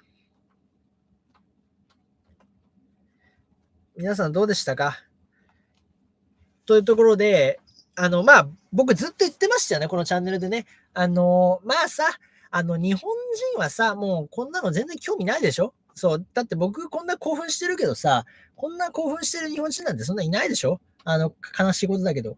だから僕はね、ひょんなことではありますけど、その中国の EV 動向っていうのはすごい興味があるわけですよね。もう、僕は、この EV に関しては、もうその中国が、どうなっても覇権を握るというふうに僕は確信をしているので、やっぱりこの世界の変化、このダイナミックな変化っていうのをやっぱり見たいわけですよ。だから、その今のその変化がもう今まさに起きてる。ここをやっぱり人生として、これはやっぱり見なければならないと思う。うん。これだけの、まあね、僕も日本人だから、その日本メーカー頑張ってほしいとかありますけど、でもやっぱその最後、これはもう間違いなく中国の存在で、これは自動車産業は本当に変わります。なので、その、日本メーカーが頑張る頑張らないは別にしてね、そういう、これは間違いなく今、歴史的な転換点を見てるんですよ。で、多分ね、人生で、そういうような経験ってないと思う。で、僕はひょんなことに、EV に関してはね、いろいろとその個人的にね、興味があっていろいろと調べていますから、そういう自分の興味のある分野で、これだけもう世界が変わるっていうのをね、多分目にすることって、なかなかないんじゃないかな。多分人生でもあっても1回とかだと思いますよ。普通の人はそんなないと思う。だからそういう意味では僕は非常にこれ幸せだと思ってるんですよ。だから、これはね、やっぱり追っていきたいと思いますし、なんで僕がこんなシャオミーのね、日本でも発売されないような、だからよく言われますしね、これなんかさっきもコメントで日本で売らないのになんでそんなこんなの取り上げても私は興味ありませんとか、いやお前には興味ないかもしれないけど、みたいな。そう。世界のダイナミズムっていうものを、やっぱり人生において、これだけ、目の当たりにすることができるって僕はね、これはその、生きる意味においてすごい大事だと思う。うん。だからこういう経験はね、絶対人生においてした方がいいと思うし、でそういう環境に、恵まれてるっていうのは僕は本当にね、ラッキーだなと思いますので、本当にこれ興味がある。うん。だからその一端としてね、だから僕がなんで BYD のオーナーエディション言ってんのと、ね、その日本だって売らないじゃないですか。関係ないじゃないですか。でも、なんでそれに注目してんのか。なんでこのシャオミーの SU7 なんて日本で発売されない、ね、しか中国製の EV なんかにこれだけ注目してるのかっつったら、やっぱりですね、そういう、理由があるんですね。だからやっぱりですね、これぜひね、これ皆さんにもですね、この興奮を共有したい。世界が変わるんだよと。だから別にそれが日本メーカーがどうなるかっていうのはぶっちゃけ、日本人としては興味があるけど、一人間としては僕は興味がないんです。別に日本メーカーが別に潰れたら日本人としてはそれは困るから、いや、日本メーカー大丈夫、ちょっと頑張ってくれよみたいな、感情とかいろいろとなりますよ。でも、それとは別に、もう、中国メーカーによって、世界が変わるんですよ。その EV というか、自動車産業のね。そこはね、やっぱりね、これは、一人間として、やっぱり興味を持つべきだと思う。うん。というところで、はい、ちょっと長々と、観戦してましたけども、非常に面白かった。というところで、とりあえずね、スペックだったりとか、標準装備内容とかね、具体的にそのモデル3、対モデル3とかね、これの競合と比較してどうなっていくのかとか、実際にね、どういうような、多分、発売24時間間に合わないと思うけども、販売状況とか、そこら辺のね、データが取れたら、そういうのもね、共有できるようにしたいと思いますので、何にせよ、そんなような形で、間違いなく、これ2024年のですね、最も今再注目されていた、EV がローンチされました。で、予想をはるかに上回るような、完成度、そしてコスト競争力ということになりますので、間違いなくですね、これ、この2024年、もう、まだ後半にもなってませんけども、間違いなくこれ2024年シーズンのですね、これ中国 EV 動向を、これ、ゲームチェンジャーっていう言葉が本当にね、もしかしたら似合うかもしれないというぐらい、大きな、これ、転換点をこれで迎えますから、これでですね、一体どのような、メーカーがですね、これ潰れていってしまうのかとか、最終的にはね、そういうところになっていくと思いますし、その中でね、生き残るのはどこなのかとか、もちろんですね、さっきおっしゃっていただいたようなですね、例えば、そのシャオミのね、その利益率どうなんだとか、まあそこら辺はね、決算の内容とか見れば、どんどん出てくると思いますから、まあそこら辺もね、絡めながら、解説はしていきたいと思いますので、まあ何にせよね、とにかく、まず足元ですね、北京オートショー、ベイジンオートショーがですね、これ4月末から開催されます。ここでですね、新型 EV のまたローンチ合戦になりますけども、でもね、この Xiaomi Su7 はちょっとまた別格ですから、またね、いろんな新型 EV が出てくるってことは別にして、やっぱこの Xiaomi Su7 っていうのが、とね、あとはこのベイジンオートショーっていうところで、2024年ですね、中国 EV 市場っていうのが、これまた大きくですね、これいろんな意味で注目できるということになりますので、まあね、そういう最新情報もですね、また随時アップデートしていきたいと思います。そんな感じで、皆さんお疲れ様でした。というところでまた、ちょっと待って、最後ちょっと3分だけちょっとコメントだけ拾っていいですか？どこ行った？はい。アフターサービスね、その話をしました。CLTC って EPA にするとどれくらい下がりますか？ 6 割ぐらい。これは、明日の動画見てください。僕の中でもいろんな計算式があります。そんなね、単純に、何がけしたらって話になりません。少なくとも6割なんていうのは全然落ちません。例えばそれはミニバンだったら落ちるとか、それ EPA っていうのはね、その何かっつうと、高速走行なんですよ。高速をだいたい時速100キロぐらいで走行するとどれだけ落ちるのかっていうのは、まさに空力性能だったりとか、SUV なのか、セダンなのか、スポーツカーとか、全然これ変わってきますから、簡単な掛け算ではありません。で、それは独自に計算式を僕持っていますので、まあそこら辺をね、大体ですね、中国人が、航続距離テストもやってますから、そういう数値なんかもいろいろとこう見定めながらですね、大体この EV は、大体こう、EPA イコール高速道路時速100キロで空調をつけて、どれぐらい走れるかっていう数値を記載しますので、そこら辺もね、ちょっと、なるのかなと。Annual production capacity of the first phase of the factory is around 80,000 と言ってますから、8万台、これアニュアルですから、これ今年分ですよね。売れちゃったりする。いや、でももうちょっと上げてくるんじゃないのこれ。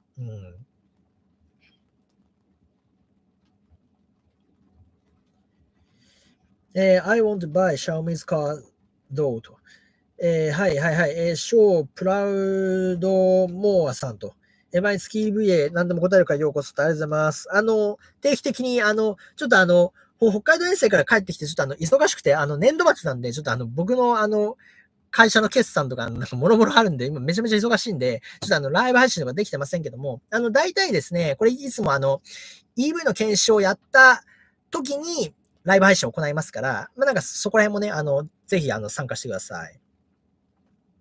ありがとうございます。視野を広く見ないとねと。どれも15分充電で350キロと。15分で510キロですね。これ最長。SU7 ね。だからモデル3だと250キロってことですからね。はい。はい、お疲れ様でしたと。はい、お疲れ様でした。はい、皆さんありがとうございました。製造品質なんかもね、もちろんそこら辺はね、見ていかなきゃいけないとは思いますね。はい、そんな感じで皆さんお疲れ様でした。Xiaomi Su7 の余韻に浸ってください。お疲れ様でした。さよなら。